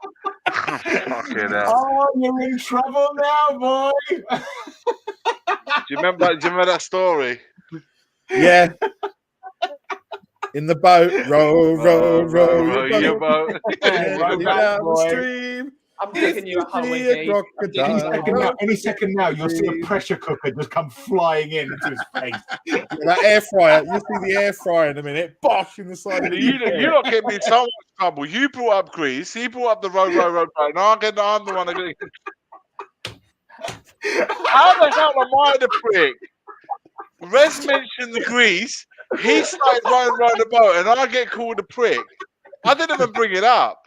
The hole is getting deeper and deeper. Just a bigger hole. Yeah. There we go. Let's all laugh at Iggy. Yeah. That was well timed, wasn't it? Proper. Oh, crikey Moses. Any more? SSS, as you are all aware, we play Liverpool on Sunday. With that in mind, is Kit We don't care about Liverpool on Sunday, but we care about Kit Kat, cake or a biscuit. We don't care. Chocolate bar. Let's go with Ben first. Ben, who was it that who put that video out? It was in the supermarket, and the Kit Kat was put into the biscuit section. Was it Bob? Was it Bob? Yeah. I remember the video.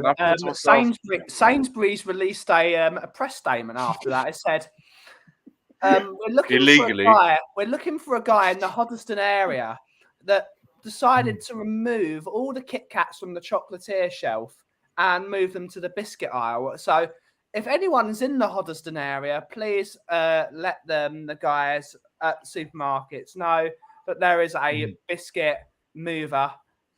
But he moved it to the chocolate aisle. So Kit Kats are a chocolate bar according to the United Kingdom. The question is this: is a Kit Kat a cake or a biscuit? Not a chocolate bar. Covered waffle. It is a evolution of the stroopwafel, one of the Netherlands' favourite snacks. It's just not been made properly, so it's stiff instead of slightly malleable. So it's a waffle. Okay. So Iggy, is it a cake or a biscuit? Still not the chocolate then, which was your original argument. A cake or a biscuit? Kit Kat is neither, isn't it? It's neither. See, now we're getting meta. It's not a cake. I don't see it as a biscuit either. How can waffle? Hoover? Any thoughts? Maybe? And by the way, the British passport, mate. You want to thank Dagenham Dave for that? He sorted it all out for you. Dagenham Dave. Big up, Dagenham Dave. If you're in the chat. At least it wasn't quite in the chat. I know it's a busy period at the moment for Dagenham Dave because he's busy with passports at the moment. But big up Dagenham Dave for sorting all I'm going to say is the next Bobby K on stream is going to be Iggy with a black eye and a broken finger. Yeah. He's going to have his jaw wired. Yeah. I can't talk very much. Good morning. Good morning. Oh, it hurts. It hurts. No, I'll just start doing sign language. All you need to know is I don't know what that was. I don't know what that was. That's racist sign language, yeah? Ling-a-ling-a-ling-a-ling, ling-a-ling-a-ling-a-ling. Yeah, that's so racist. Oh my word. Kuva, any thoughts on the Kit Kat quandary? It's not a quandary, is it? It's a biscuit. Wafer biscuit. They're called wafer biscuits. You'll find them in biscuit selections. There you go. Just by putting chocolate on something doesn't mean it is chocolate. Okay. Excellent. Cool. Look at Ben. Ben's about to rip his own beard off. Yeah, I am. Don't worry. And throw it at Kuva. Yeah. But don't worry. Look at Dan's nan. Look, there's always a bed at mine for you, Iggy. £500 a night. Gee. Fucking hell, man. Don't ask for much. Another question: are UFOs? I don't know.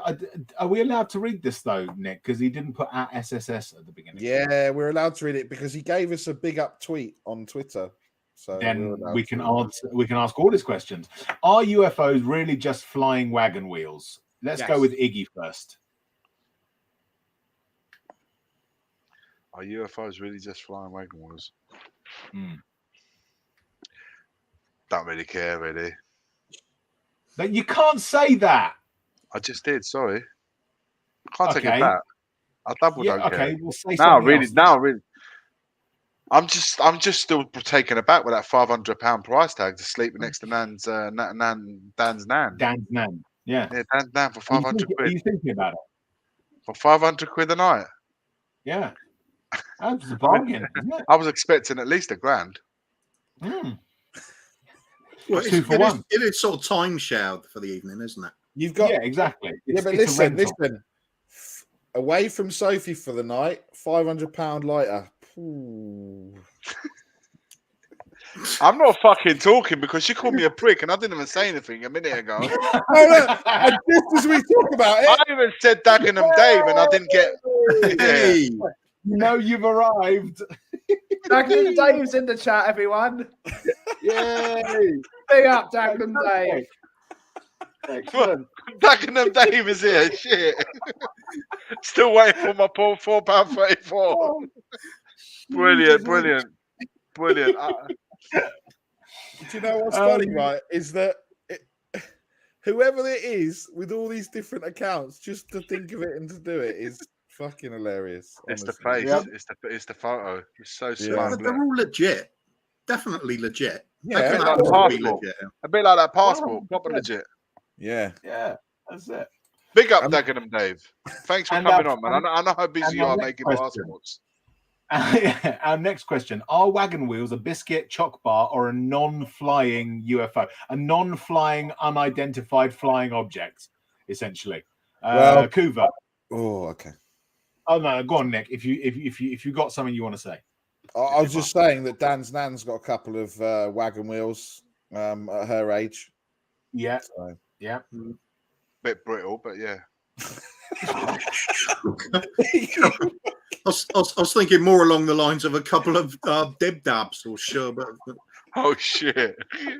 Shit! Oh my god! Oh yeah, or some spaniel ears. A couple of spaniel ears. Terrible people, all of you. Right.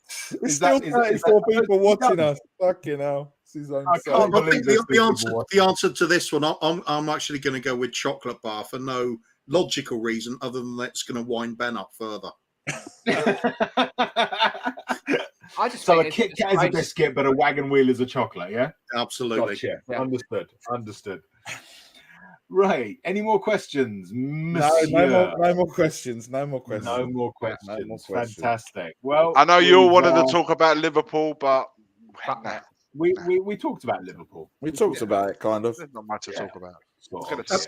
Just for the record as well, if XXX69.biz had asked a question, I think we should have answered it, shouldn't we? Yeah. I think, that probably would have been nice. Opportunity. Oh, well, never mind. I may. Oh my lord. Okay, so we are now. That's fair, Dave. That's fair. That's fair. The end of the show. It's the end of the show. We'll go round and where can we find you each? Kuva, where can we find you? Well, the next obvious port of call, other than Ben's coffee shop in the daytime, would be Bob Spur TV on Saturday night, without doubt. Genius. If he doesn't pull a Komasiki, like someone said earlier. That is true. He might. Iggy, where can we find you? Be a chocolate as well. Yeah, that'll be a chocolate as well. Yeah. Yeah. Dan's mum's not going to be the only thing that's going to get smashed Sunday night. Liverpool going to do the same. You talk about Dan's mum now. Well, maybe the mum, the grand, maybe a duo. Who knows? Maybe a duet. Who knows? Poor Dan. We're clipping this. We're sending it to Dan. That's all right. Yep. He knows I like his mum. Where do we find you? Where could you find me? You'll find me tomorrow morning. Very clean cut. Good morning, away. Ain't gonna be anything like this. Children watching, so it will be back to normal. Iggy, first thing in the morning. Look at this. The nan just keeps coming back, and the first time she's heard that either. I got a young coffee shop on the top. No names mentioned. Benny boy. Yeah. that's no comment. No comment. Now we know. Now we know why Ben leaves his window open up on the ceiling. And we know why. Yeah, we now know. Tomorrow morning, guys. Good morning, Tottenham away, and then Thursday night, 10 p.m. We're gonna do a stream. So you guys are welcome, and I hope many of you. Friday night, tomorrow night. Oh, you said Thursday night. Did I say Thursday night? Yeah, I'm lagging, man. Friday night, 10 p.m. We will be doing a Tottenham away stream, and everybody in the chat, you're all welcome to. Fucking hell. Dan's mum done half look like Rez, I'll tell you that. Fucking hell. Mona Lisa Rez. I wonder who might have put this one together. Yeah, I wonder as well. Yes. I know. I wonder. So the person that's got all the sock accounts, we now know who it is. Rez Mona Lisa. That was quality. Fucking hell. Ben, where can we find you? Yeah, so we are stream.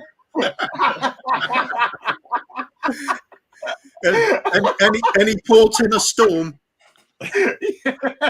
Unbelievable. So weekdays from 2 till 3:30 on the Coffee Company, and Friday from 3:30 to 5 o'clock. Back for your place of chill, just being nice to each other. Maybe talk about some football, do some chocolate bar reviews, which we talk about Kit Kats a lot. And of course, now we are now a member of the Tottenham on Tour crew. So we're going to be doing a stream at Monday at 11 o'clock for the wonderful draw that's happening for the Champions League. So catch us on there at 11 a.m. Monday morning. And let's just be nice to each other. And as always, let's just be nice to each other. Big up Dan's Nan. Yeah. And if you can, if you're in the area, I'll spend all day apologising to you tomorrow.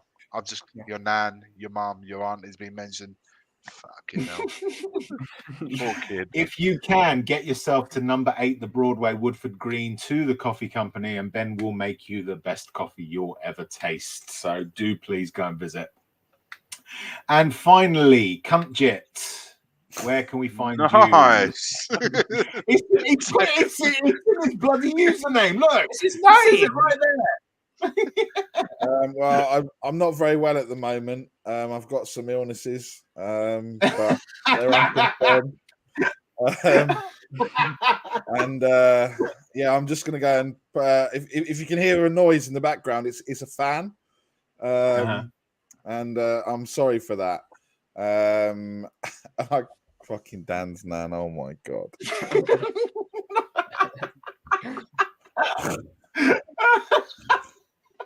Wow.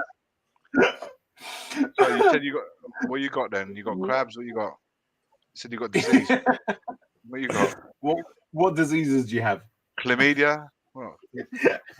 Whatever's Dan's Nan's packing. Whatever Dan's Nan's dishing Dan's out. Nan, what have you given? That's all. Well, it's you know what? It's better than sitting in the car and getting COVID, Iggy?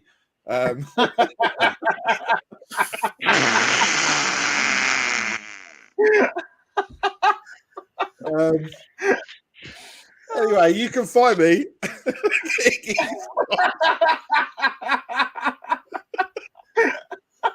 You can find me doing the watch along on Sunday with Marlon.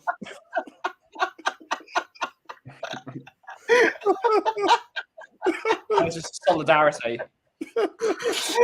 Yeah, actually, you should be in shame by yourself.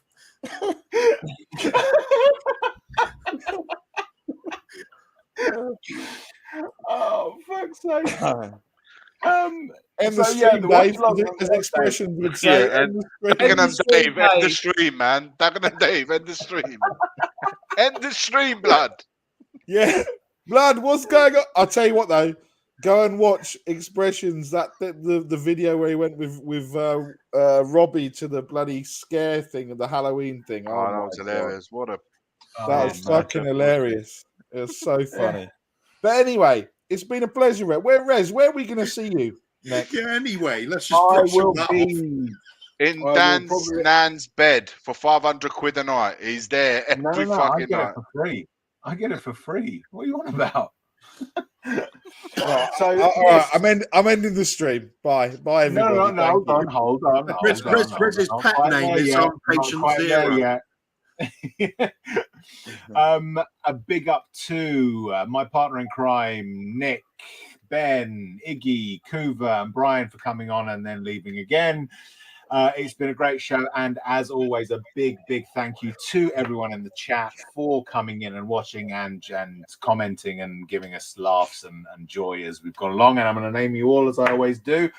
So a big thank you to Eugene Tron, Stuart Tron, Francois Tron, Andrew Tron, Sophie Tron, Mark Cousins Tron, Bob Spur Tron, Luke Tron, Alan Sibley Tron, Tottenham Away Tron, which I think was Iggy Tron, Peter Simons Tron, Danny Kiriakou Tron, bloody hell, that's a lot of syllables, Wayne Holland Tron, Phil Baby Tron, A View from the South Stand TV Tron, Chris Agambar Tron, Bryce Tron, Paul Brown Tron, Darius Tron, Cuckoo Dooku Tron, Danny Tron, Rifle Tron, Alexander Hilton Tron, Carl Simpson Tron, Hayden Tron, Dan's Lawyer Tron, Aaron Dove Tron, Jamie Tron, Dagenham Dave Tron, Dan's Mum Tron, and also the biggest of them all, XXX69.biz Tron. Thank you very much to all of you who commented. Big up to you all. And as always, come on, you Spurs. Come on, you Spurs.